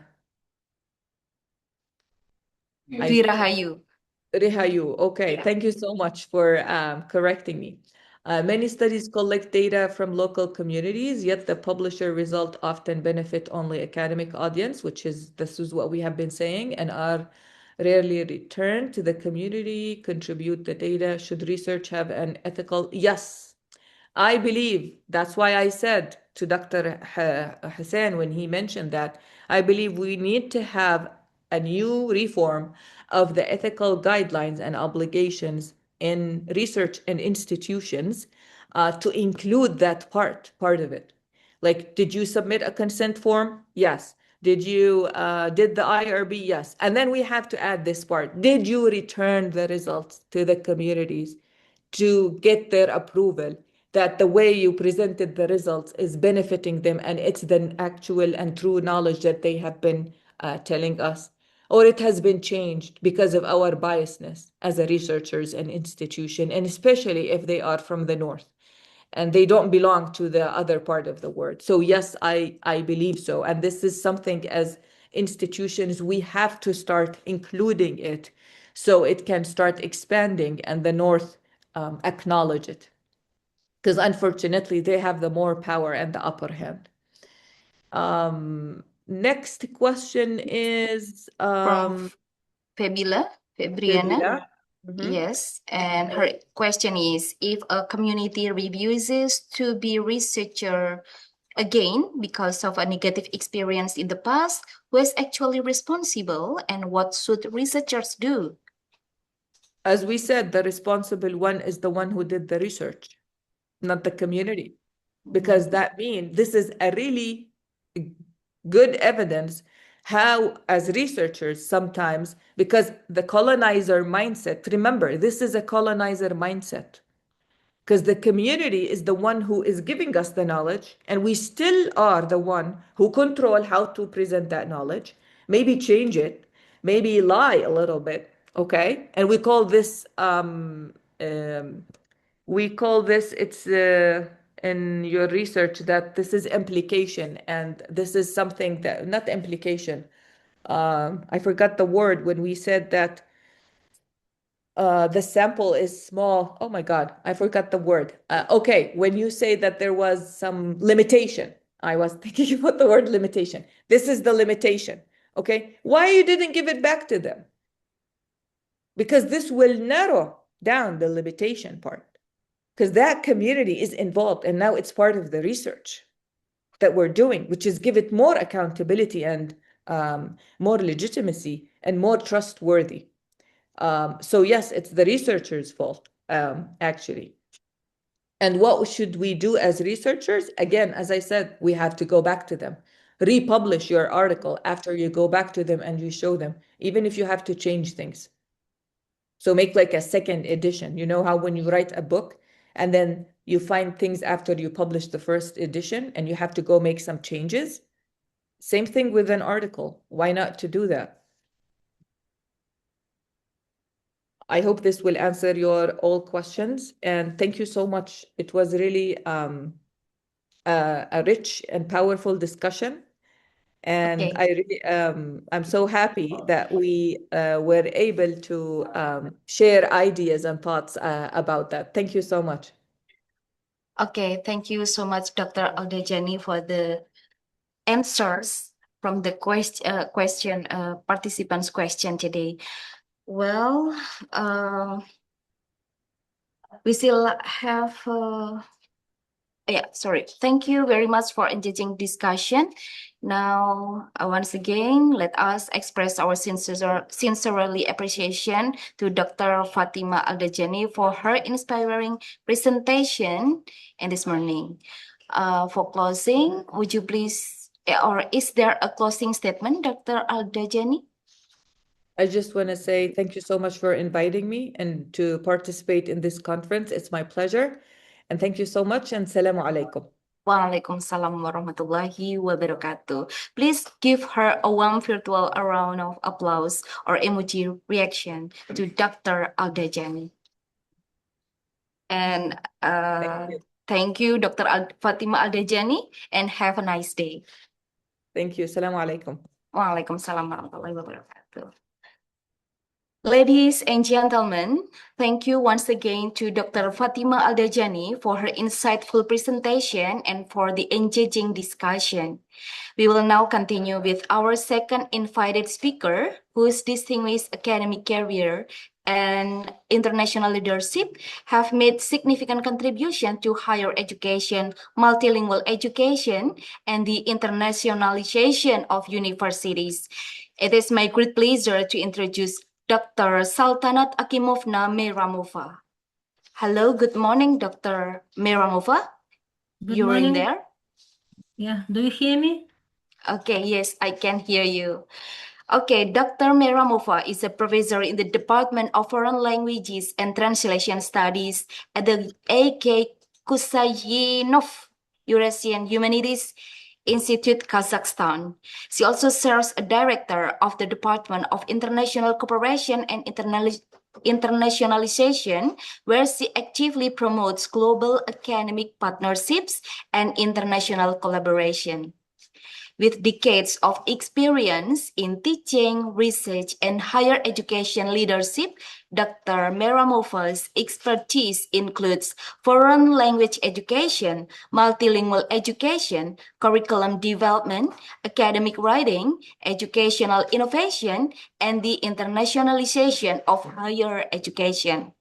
She has coordinated numerous international research and capacity building projects, including several funded by the Erasmus Plus programs, the World Bank, and partner universities in the United States and Europe. Her scholarly work includes textbook, and internationally indexed publication focusing on language education, digital learning, information literacy, and educational quality. We are truly honored to have Dr. Mova with us today to share her expertise and international perspectives. Ladies and gentlemen, please join me in giving a warm virtual welcome to Dr. Saltanat Akimovna Meramova. Dr. Meramova, the screen is yours. Thank you very much. I would like to share my presentation.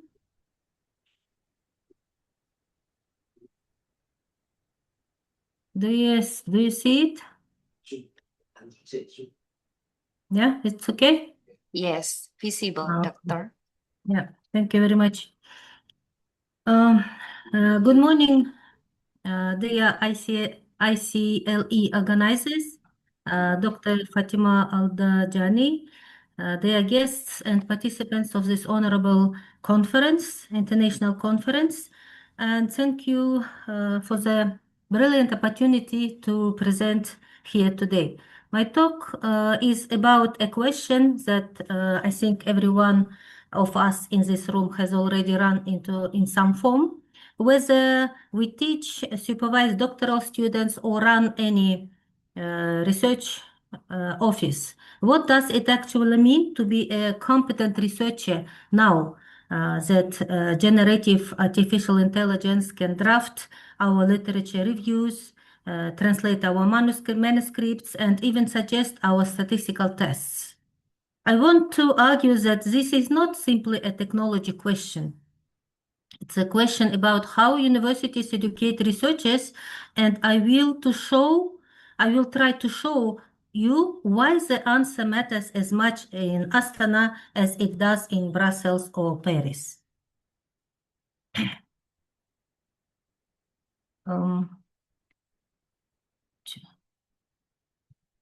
Well, so why this topic matters? Let me start with why this matters right now, not in 5 years before, for example. Large language models have moved from being a curiosity to being an everyday research instrument in the space of roughly 3 years.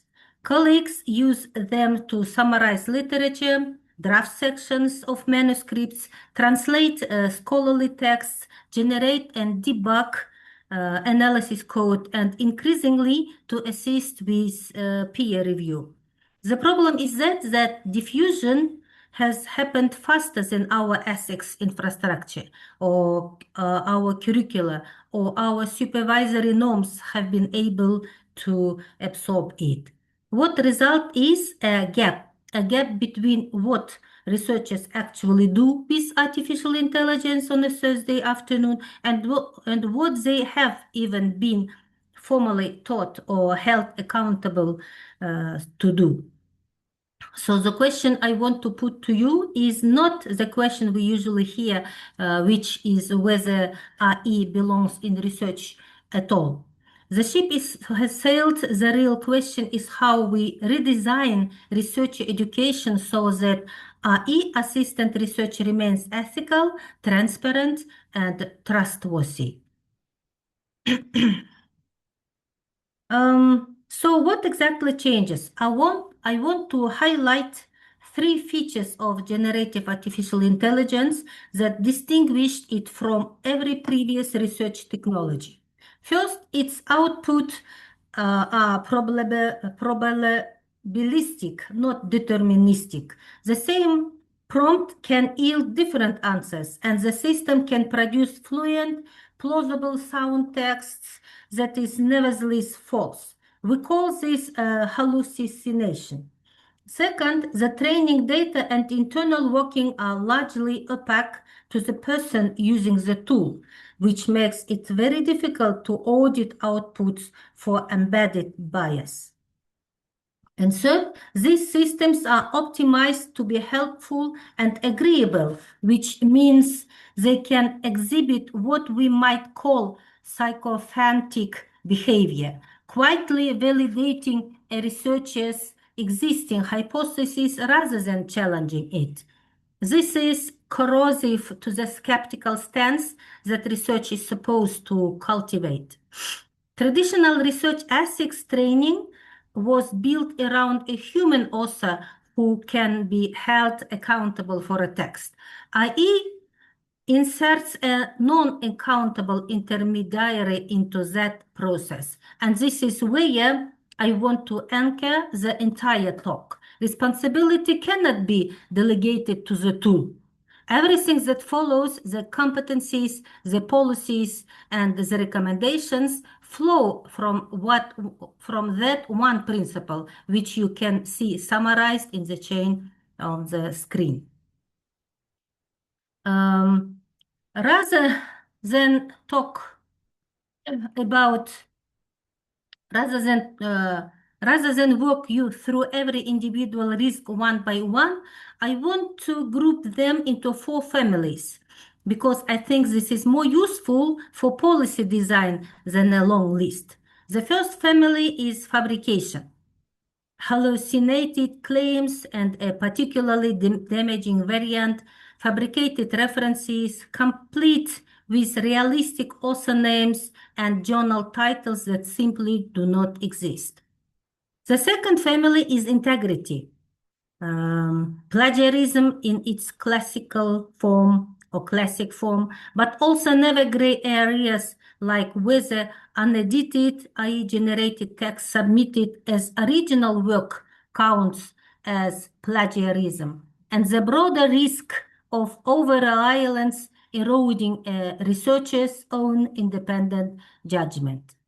The third family is fairness and privacy, i.e. systems trained predominantly on English language.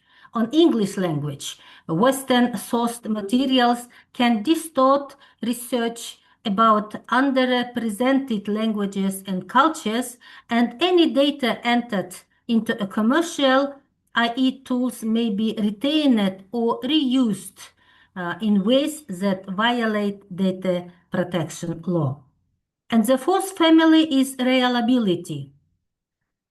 Because artificial intelligence outputs can vary between runs, i.e. assistant analytical steps, threaten reproducibility, and vendor level opacity makes it hard to know what a tool was trained on in the first place. Every one of these risks has a corresponding competency, which brings me to my next slide.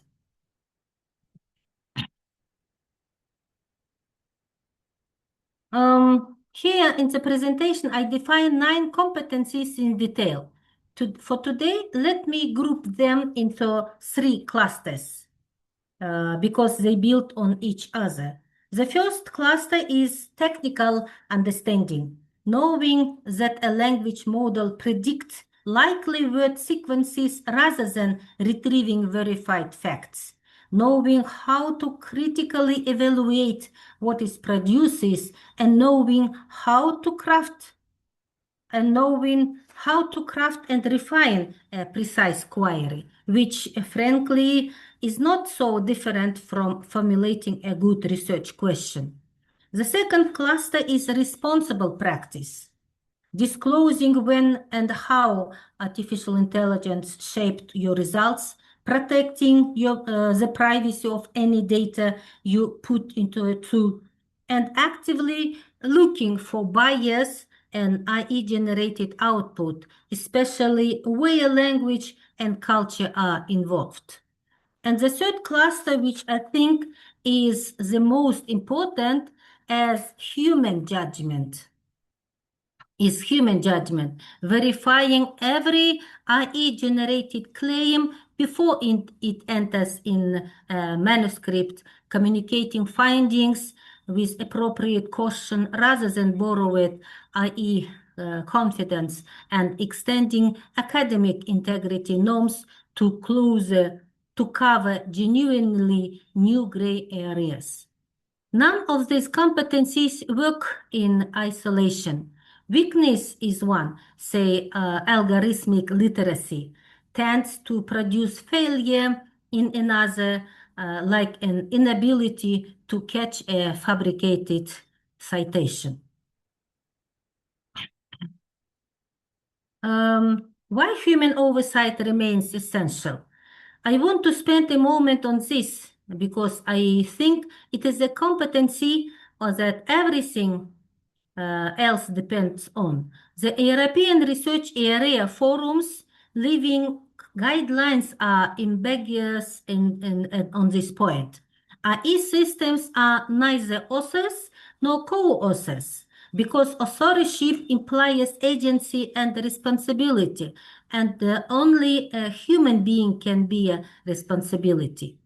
That sounds almost obvious when I say it out loud, but in practice, it means something quite demanding. It means verification cannot be an optical, informal habit. It has to be built into assessment and supervision as a checked, documented step, especially for any AI-generated statistic, claim, or citation.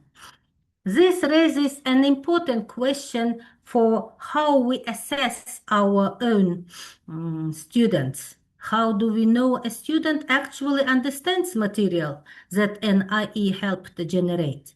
One answer that keeps appearing in the recent literature that I find genuinely useful is requiring oral defenses of IE-assisted coursework, forcing the students to demonstrate out loud in real time that the understanding is theirs. This matters most of all in doctoral education, where independent judgment is, at the end, the entire point of the degree.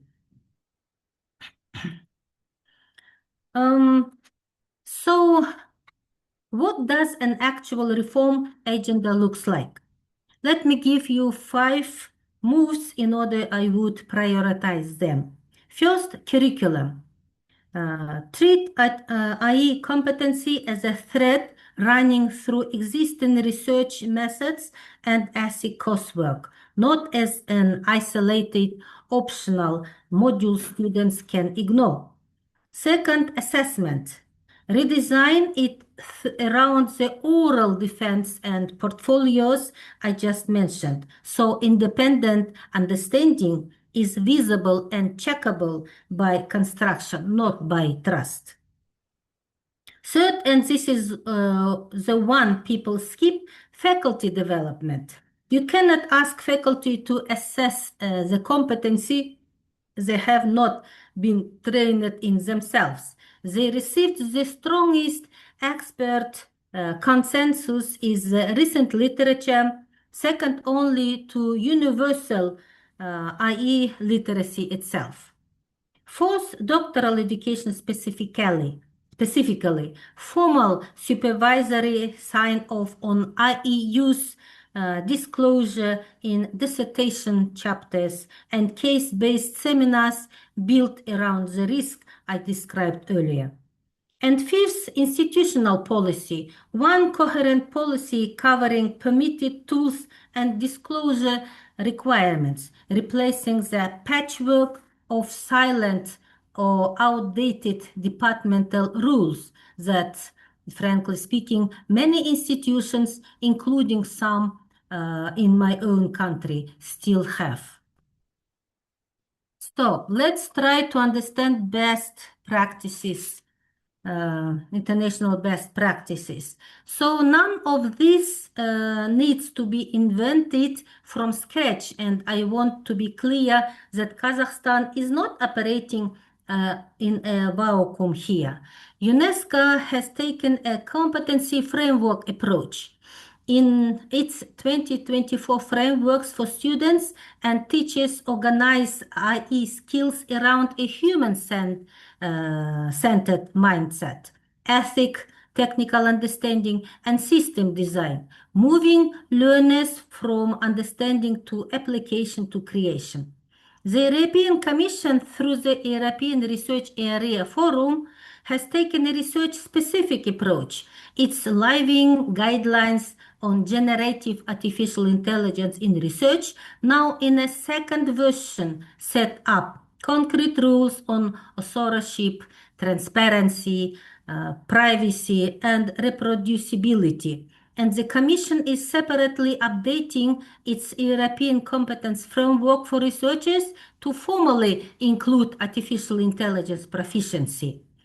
Also, and the OECD that has taken the broadest, most widely adopted approach. Its artificial intelligence principles, first adopted in 2019 and updated in 2024, now counts 47 adherents, including the European Union and the G20. What strikes me is that these three bodies developed their framework largely independently, and yet they converge on the same core ideas: transparency, human-centered design, and accountability that cannot be delegated to a machine. That convergence is, I think, good news for a country like ours because it means we are not choosing between competing philosophies. We are choosing how quickly to adapt one that is already broadly settled.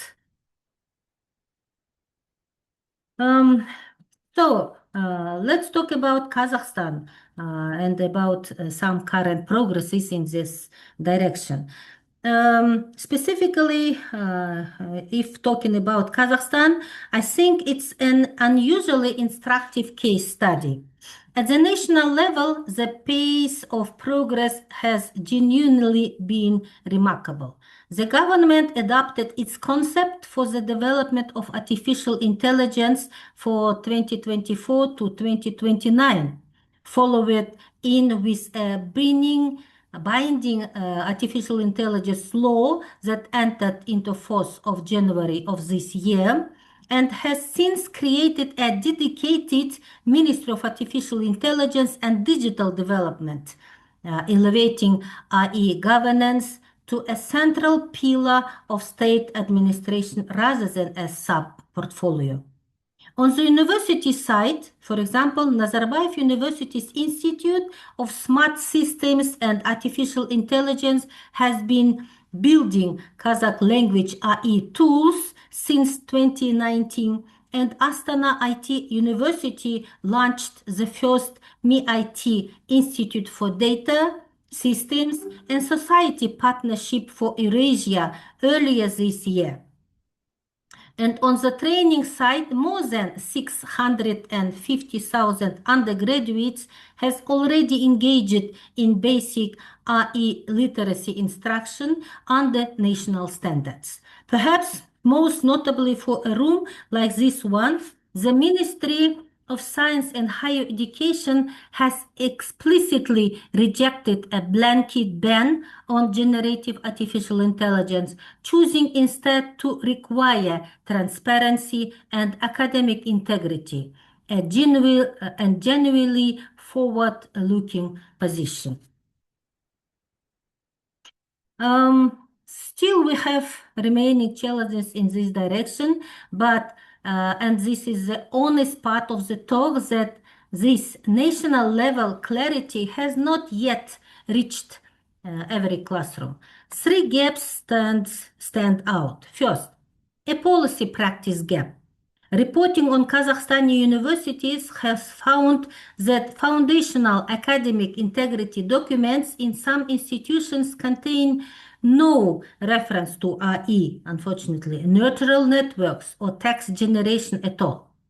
Second, verification capacity gap. Several institutions have purchased AI detection software at real cost, even through the ministry itself has acknowledged that such tools cannot serve as definite proof of misconduct, given how probabilistic and error-prone they are. And third, a linguistic equity gap.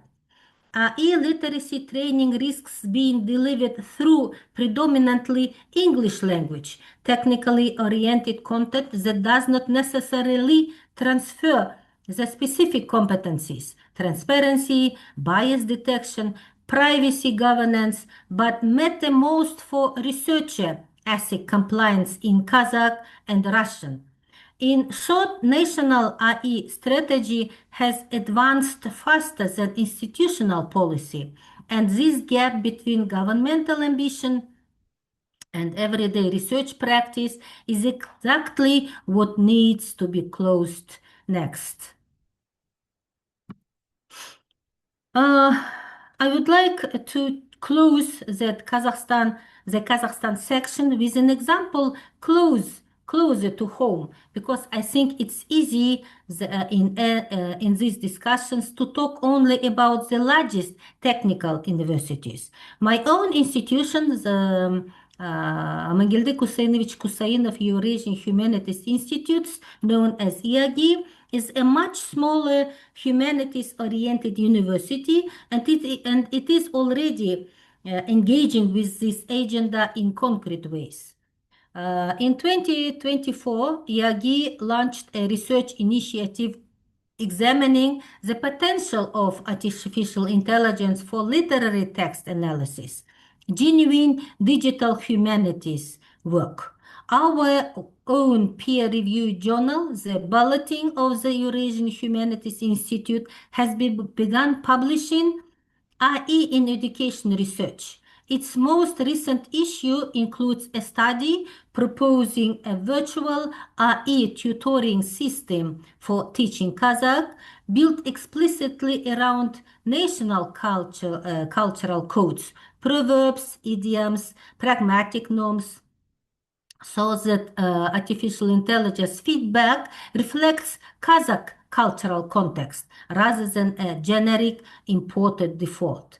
And on infrastructure, our digital institute already runs an anti-plagiarism system and an exam proctoring platform. None of this amounts to complete AI ethics policy yet. That gap I described a moment ago is real here today, but it does show that this conversation is not confined to Nazarbayev University or Astana IT University. Humanities institutions have a genuine role to play and arguably a genuine advantage in building artificial intelligence literacy that is linguistically and culturally grounded. I would like to list some key recommendations that bring together into 5 recommendations I would ask you to take away. First, embedded these competencies into your existing research methods and ethic curricula. Do not pack i.e. literacy in a separate optional module where it can be safely ignored. Second, adopt one coherent institutional AI use policy with mandatory disclosure rather than leaving individual departments to interpret high-level principles on their own. Third, I think redesign assessment so that independent judgment is verifiable by construction, oral defenses, process portfolios, contribution rubrics, rather than assumed. Fourth, fund faculty training before you require faculty to teach or assess these competencies. This is a precondition, not an afterthought. And fifth, specifically for Kazakhstan and systems like it, extend national AI literacy programs upward into postgraduate and doctoral training, and invest in Kazakh and Russian languages AI-ESIC resources so that linguistic equity is designed in from the start rather than bolted on later. So let me close with the thoughts I most want you to live with. Artificial intelligence does not replace researchers, for sure. It changes what competencies requires of them. A researcher who can craft a brilliant prompt that cannot recognize a fabricated citation has not acquired the competencies this talk has been about. Ethical responsibility always remains human. That is not a limitation of the technology. It's a design principle we have to actively defend because nothing about the technology enforces it for us. Universities are no longer responsible only for educating competent researchers. In the artificial intelligence era, we must educate researchers who are equally competent, ethically responsible, and capable for exercising independent judgment. And I would like to leave you with this. The future of research integrity will not be decided by how powerful artificial intelligence becomes. It will be decided by how well we, as universities or institutions, prepare researchers to use it responsibly and honestly. Thank you very much for your attention. Thank you very much, Dr. Meramova, for the truly enlightening and thought-provoking presentation. Thank you for your sharing, your extensive experience, scholarly insight, and international perspectives on advancing higher education through innovation, collaboration, and academic excellence. Your presentation has deepened our understanding of the importance of international cooperation, quality education, and sustainable academic development in strengthening the future of higher education in an increasingly interconnected world. Now, may I have your permission to have an overview of today's material to the participants in Bahasa? Okay, now, materi yang disampaikan oleh Dr. Meramova pada pagi hari ini yaitu tentang perkembangan artificial intelligence AI generatif telah mengubah cara penelitian dilakukan. AI kini digunakan secara luas untuk menyusun tinjauan pustaka, membantu penulisan artikel ilmiah, menerjemahkan naskah, menghasilkan kode pemrograman, bahkan mendukung proses peer review. Namun, perkembangan tersebut berlangsung jauh lebih cepat dibandingkan kesiapan kurikulum, regulasi etika, maupun sistem pembinaan peneliti di perguruan tinggi. Akibatnya, muncul kesenjangan antara praktik penggunaan AI oleh peneliti dengan kompetensi etis yang diajarkan kepada mereka. Oleh karena itu, fokus utama bukan lagi apakah AI boleh digunakan dalam penelitian, melainkan bagaimana pendidikan peneliti harus didesain ulang agar mampu memanfaatkan AI secara bertanggung jawab.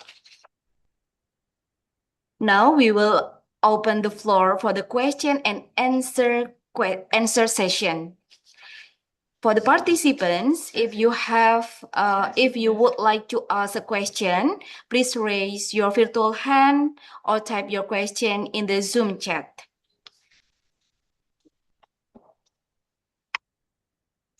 When invited, kindly introduce yourself by stating your name and institution before asking your question.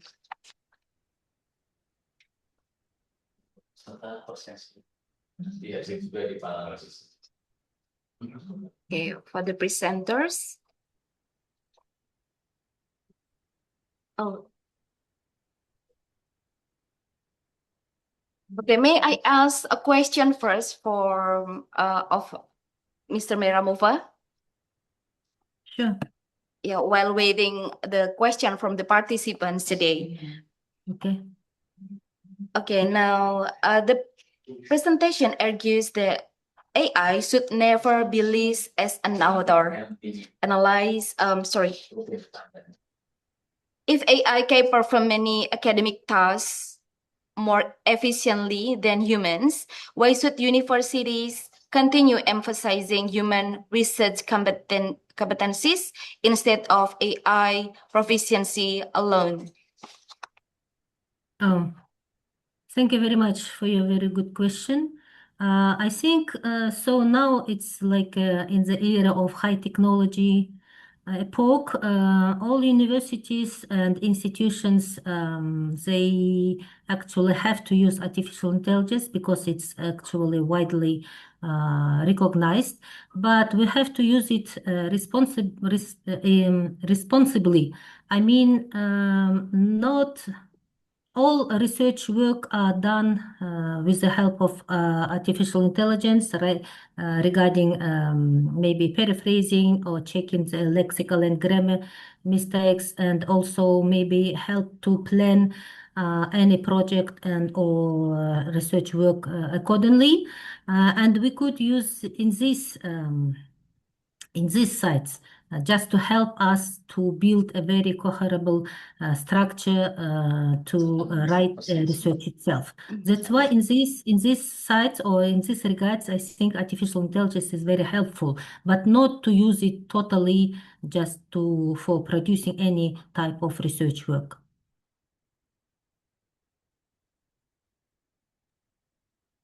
Okay, thank you for the answer, Mr. Yeah. Meramova. The question. Okay, yes, the next question delivered from Anissa Tias here. I Raise could hand read here. it. Mr. Korul Gutsia. Okay, from Ms. Koirul Kutsia first. Yeah, she asked the presentation recommends integrating AI competencies into research education instead of banning AI. Critically evaluate this recommendation by discussing both its strength and potential weaknesses. Yeah, as I have already told, actually we could not ignore artificial intelligence because it's really like enter in our everyday life and through work, through any other stuffs. And there are many literature says its strengths and potential weaknesses. And regarding strengths, we have mentioned many good sites, many good many good sites regarding using it, how to use it. But regarding potential weaknesses, that we said that it could not replace a human being because it has not so creative or it could not reflect, for example, human being things, feelings on any type of question. You see, that is why. And as it is recognized widely, we can use it purposefully in academic process and in research process, as I mentioned before, for just maybe building some plan project in order to how to use purposefully step by step regarding you aim or purpose you have. That's why I have built this recommendation in my slide, like according to our experiences of how we use artificial intelligence in our institution policy, in accordance with our policy. Okay, thank you for the answer, Dr. Meramova. Let's move to the question. There is two participants here who raised hand. The first question will be delivered from Anissa Tias. Hello, Anissa Tias. Would you please to turn on your microphone first? Okay, Hello, now. Miss. Okay. And your question is? Yeah, hello everyone. Thank you for giving me the opportunity to ask a question. Let me introduce myself. My name is Anissa Tias Wulandari and I'm a student in the English Education Study Program at STKIP PGRI Pacitan. I would like to ask a question. If a research unknowingly publishes incorrect information generated by AI, who should be held responsible, the research, the university, or the AI developer, and why? Okay, thank you. Um, Thank you for the question, Mr. Thank you very Sorry. much. Yeah. Yeah, the Anicia Tias, for your question. So actually in our practice, when we work with master students, they try to use artificial intelligence regarding producing their, for example, productive work, such like essays writing or doing some case study projects. And actually teachers try to recognize their artificial intelligence use by some like repetitive standard questions, phrases, and when we check their works, we actually produce some rubrics in order to classify or assess such kind of productive or research works, which master students doing in order to detect how much they used artificial intelligence. So, and this practice actually works very well because during the discussion of their written works or any other by doing presentation after doing case study projects, we usually detect and identify according to their oral speech and oral response, how did they use and what is the gap between their written work given showing to us and their own speech when we ask them to exemplify and clarify and explain what they have written in their written work. Hope this helps. Thank you. Thank you, Dr. Meramova, for the kindly answer, and thank you for Anisatias for the questions. And then the next question, from Mariatul. Mariatul, would you please to turn on your camera first and your microphone? Okay, turn on your microphone first, Mariatul.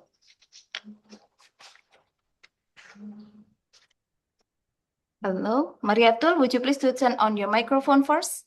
Can you hear me?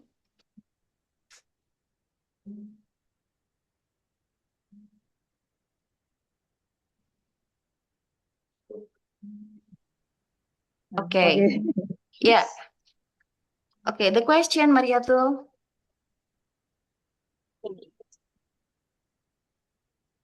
Okay. Do you agree that universities should redesign assessment methods because of generative AI? Justify your position with education argument. Thank you. Okay, may I repeat the question, Dr. Yeah. Meramova? Yes. Okay, Yes. Mariatul asked that, do you agree that universities should redesign assessment methods because of generative AI? Yeah, and justify your position with educational arguments. Okay. Yeah, thank you very much, Mariatul Mukiba, for your very interesting question. Yeah, I totally agree with your opinion and think and agree that actually institutions and universities should redesign regarding artificial intelligence use. And first of all, as I mentioned before, according to some very good arguments why we have to do this, because actually first of all in order to follow transparency of artificial intelligence use, and also we have to create a policy regarding ethics of artificial intelligence use in any kind of work or type of work. And also regarding, namely regarding using of artificial intelligence in writing diploma work, because, for example, our bachelor students work and the master students work, they have to write diploma work and master dissertation, and unfortunately we could not ignore that most students, unfortunately, they use artificial intelligence in order to produce and write their diploma work. That is why, of course, we have to reflect all these issues in our IE policy use in order to prevent some maybe falsification or of any data. For example, I don't use, and according to my own practice with working with diploma work, they could use any statistical data given or produced by artificial intelligence without any checking for its truthfulness, unfortunately. That's why I think so. Your question is very good. All universities have to redesign and reflect all these issues, potential issues in their artificial intelligence use policy. Thank you very much.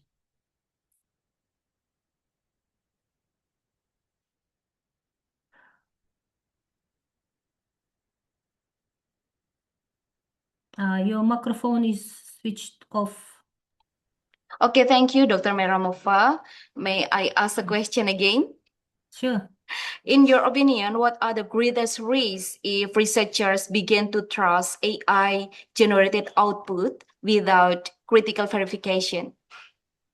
Pardon? Without critical what?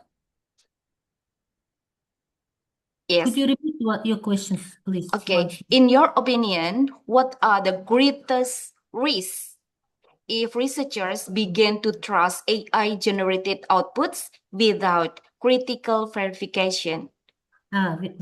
Clarification. Okay. The risk is always we have when we use artificial intelligence tools, because it's, as I mentioned before, it could provide some falsifications or not truthful information regarding any issues the researcher would like to develop it.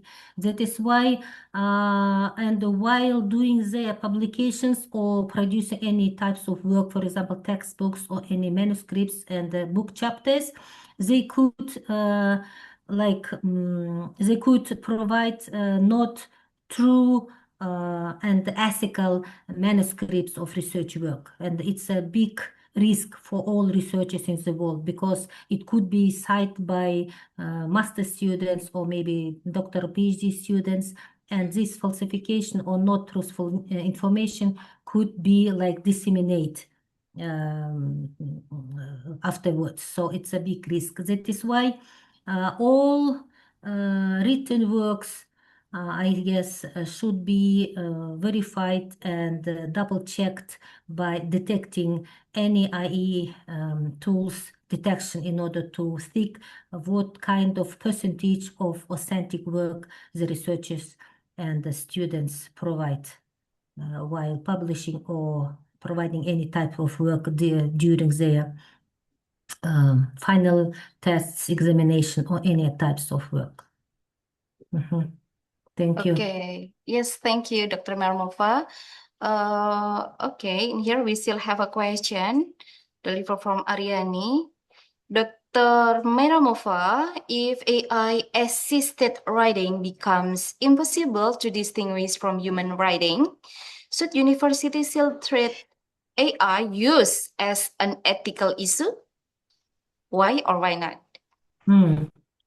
Thank you very much, Ariane, for your very good question.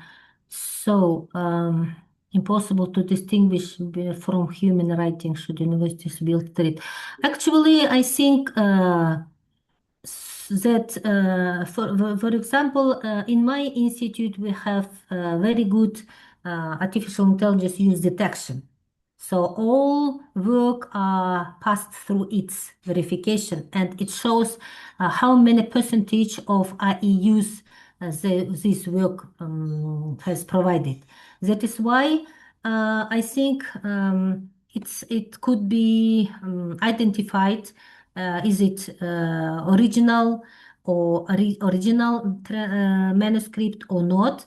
And I think that it's a real and real ethical issue, which is very disputable and disputable question, because all literature says regarding ethical issues that artificial intelligence use should be regarded as ethical use, because it depends on the human personally or individually how much he is responsible for using artificial intelligence use in his or her productive work. That is why in our IE policy, we have to identify it's like as an important ethical issue, and maybe provide some critical and steps in order to detect it, and what kind of requirements we have to follow up in order to identify is it or distinguish is it a human writing or totally artificial intelligence use, artificial intelligence product work. Thank you.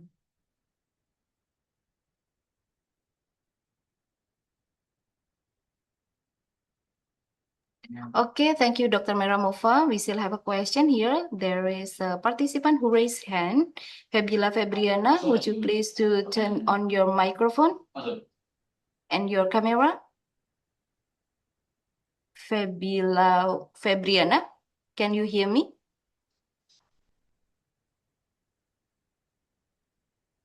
Yeah. Would you please to turn on your camera?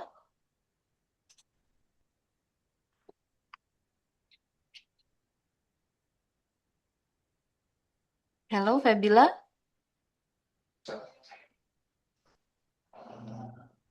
Okay, while waiting Fabiola Febriana, Dr. May Ramova, would you please to move the question in the Zoom chat? Oh, yeah, so Okay. IE literacy is becoming equally important because researchers increasingly interact with IE throughout the research process. However, research methodology should remain the foundation since IE is only a supporting tool. IE literacy enhances methodology but cannot replace sound research design, ethical reasoning, or scientific judgment. Yeah, thank you very much, Sidu Sikuano, for your very good, interesting question.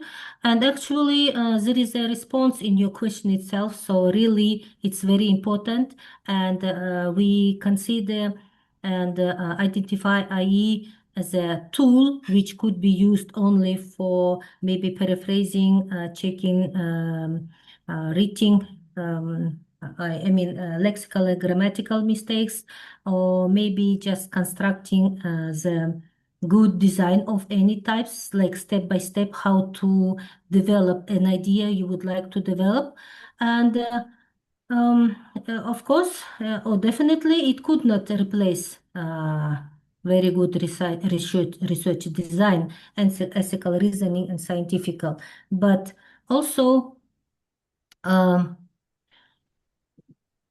just again, there is an ethic question, because it will be on the responsibility of any person who use IE as a tool in order to produce some research work.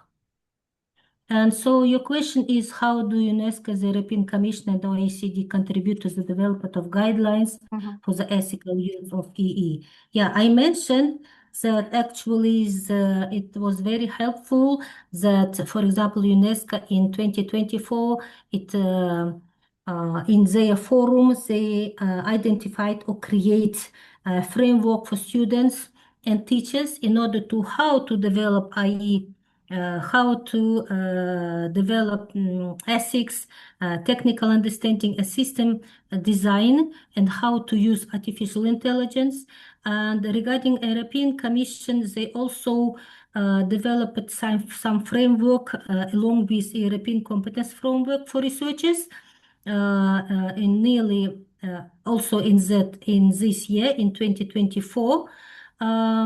So actually, they focused on the very important core issues or maybe questions regarding that artificial intelligence use should be transparent, and it should be also like human-centered design. And because all these very important issues could not be done by machine anyway. It's artificial intelligence. It's a tool, not a human being with its like human feelings, ideas, creativeness, and like critical with such kind of critical thinking. Thank Okay, you. thank you for the question. For the answer, Dr. Meromova. Actually, still have about 15 minutes in this QA session. While waiting for the participant who will ask, now I will have share the announcement first. For all the participants, don't forget to fill the attendance list here. You can see the link of presents today from in the chat box or in the Zoom chat. Okay, don't forget to fill the attendance. Okay, now the next question. Yes, so my name is Fabila, a student in the informatics study program. My question is, how do UNESCO, the European Commission, contribute to development? Actually, it's the same question, and I have already answered, and it is like precisely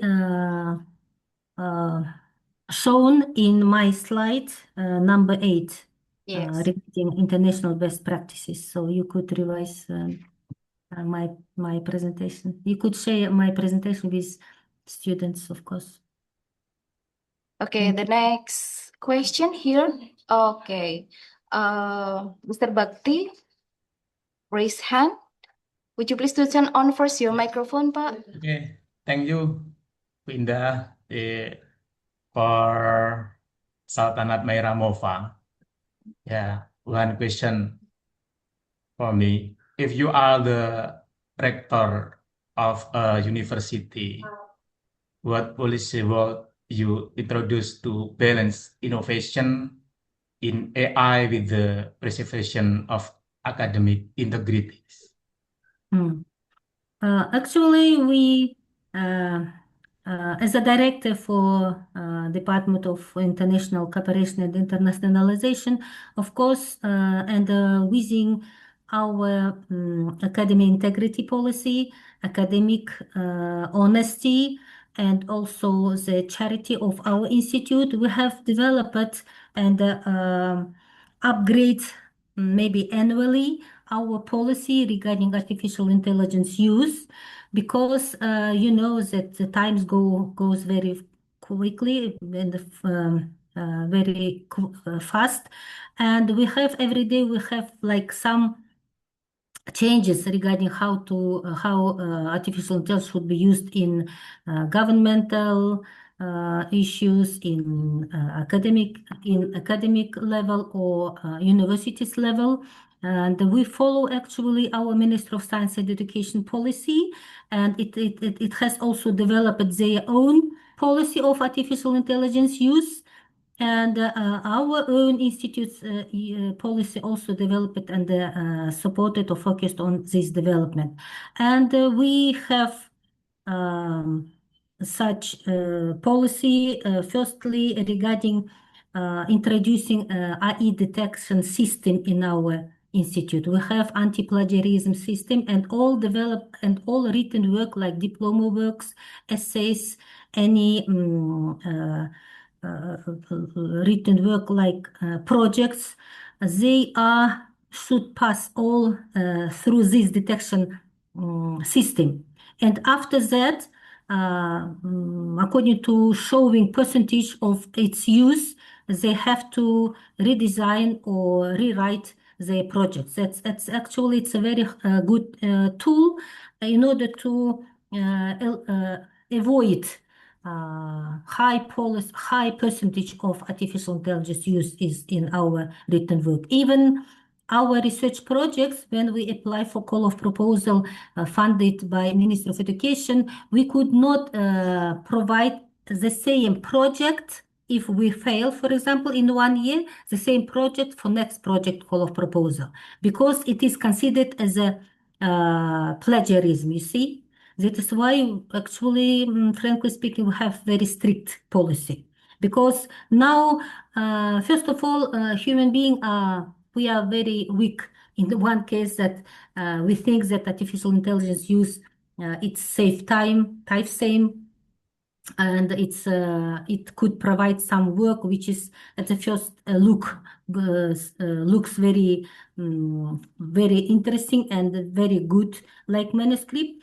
That is why we have to be very careful with its use.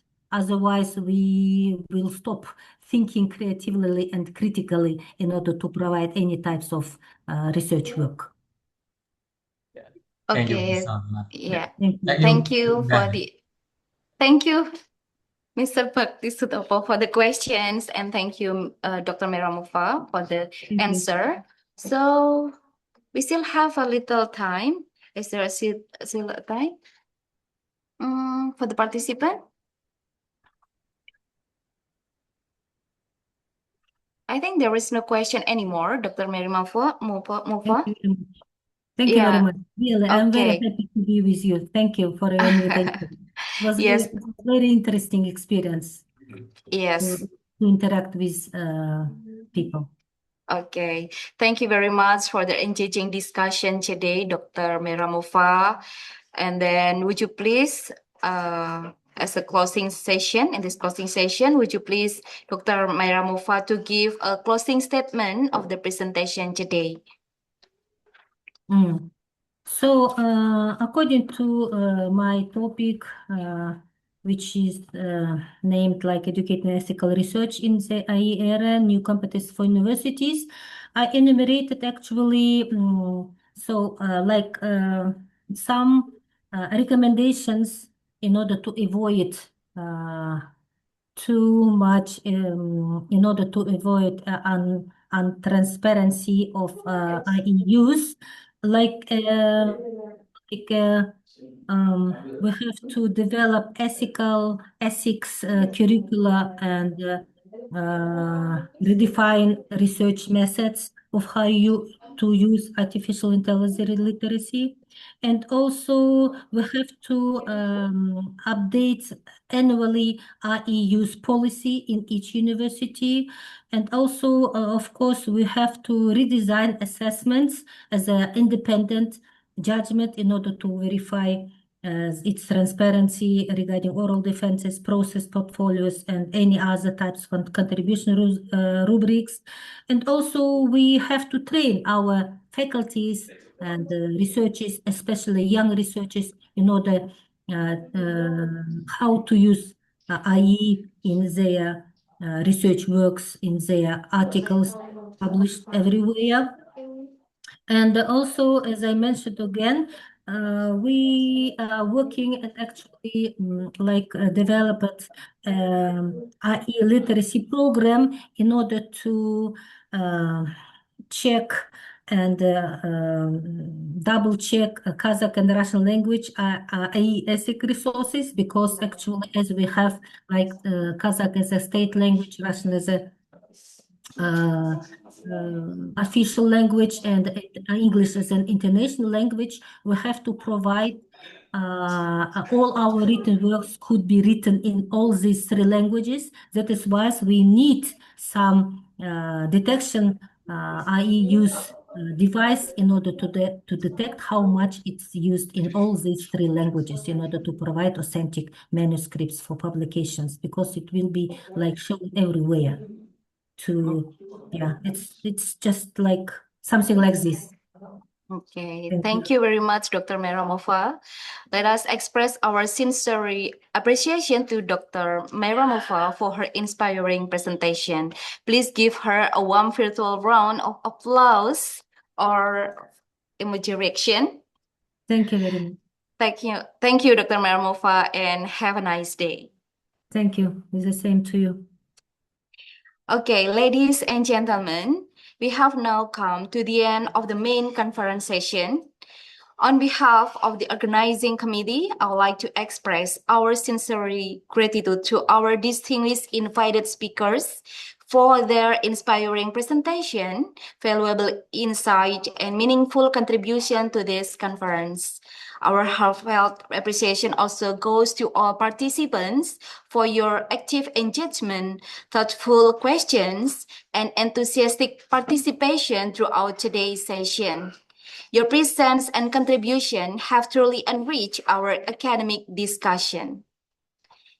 Before we conclude, we are pleased to announce that several participants who actively participated in today's question and answer session will be selected to receive a special DAR prize as a token of our appreciation.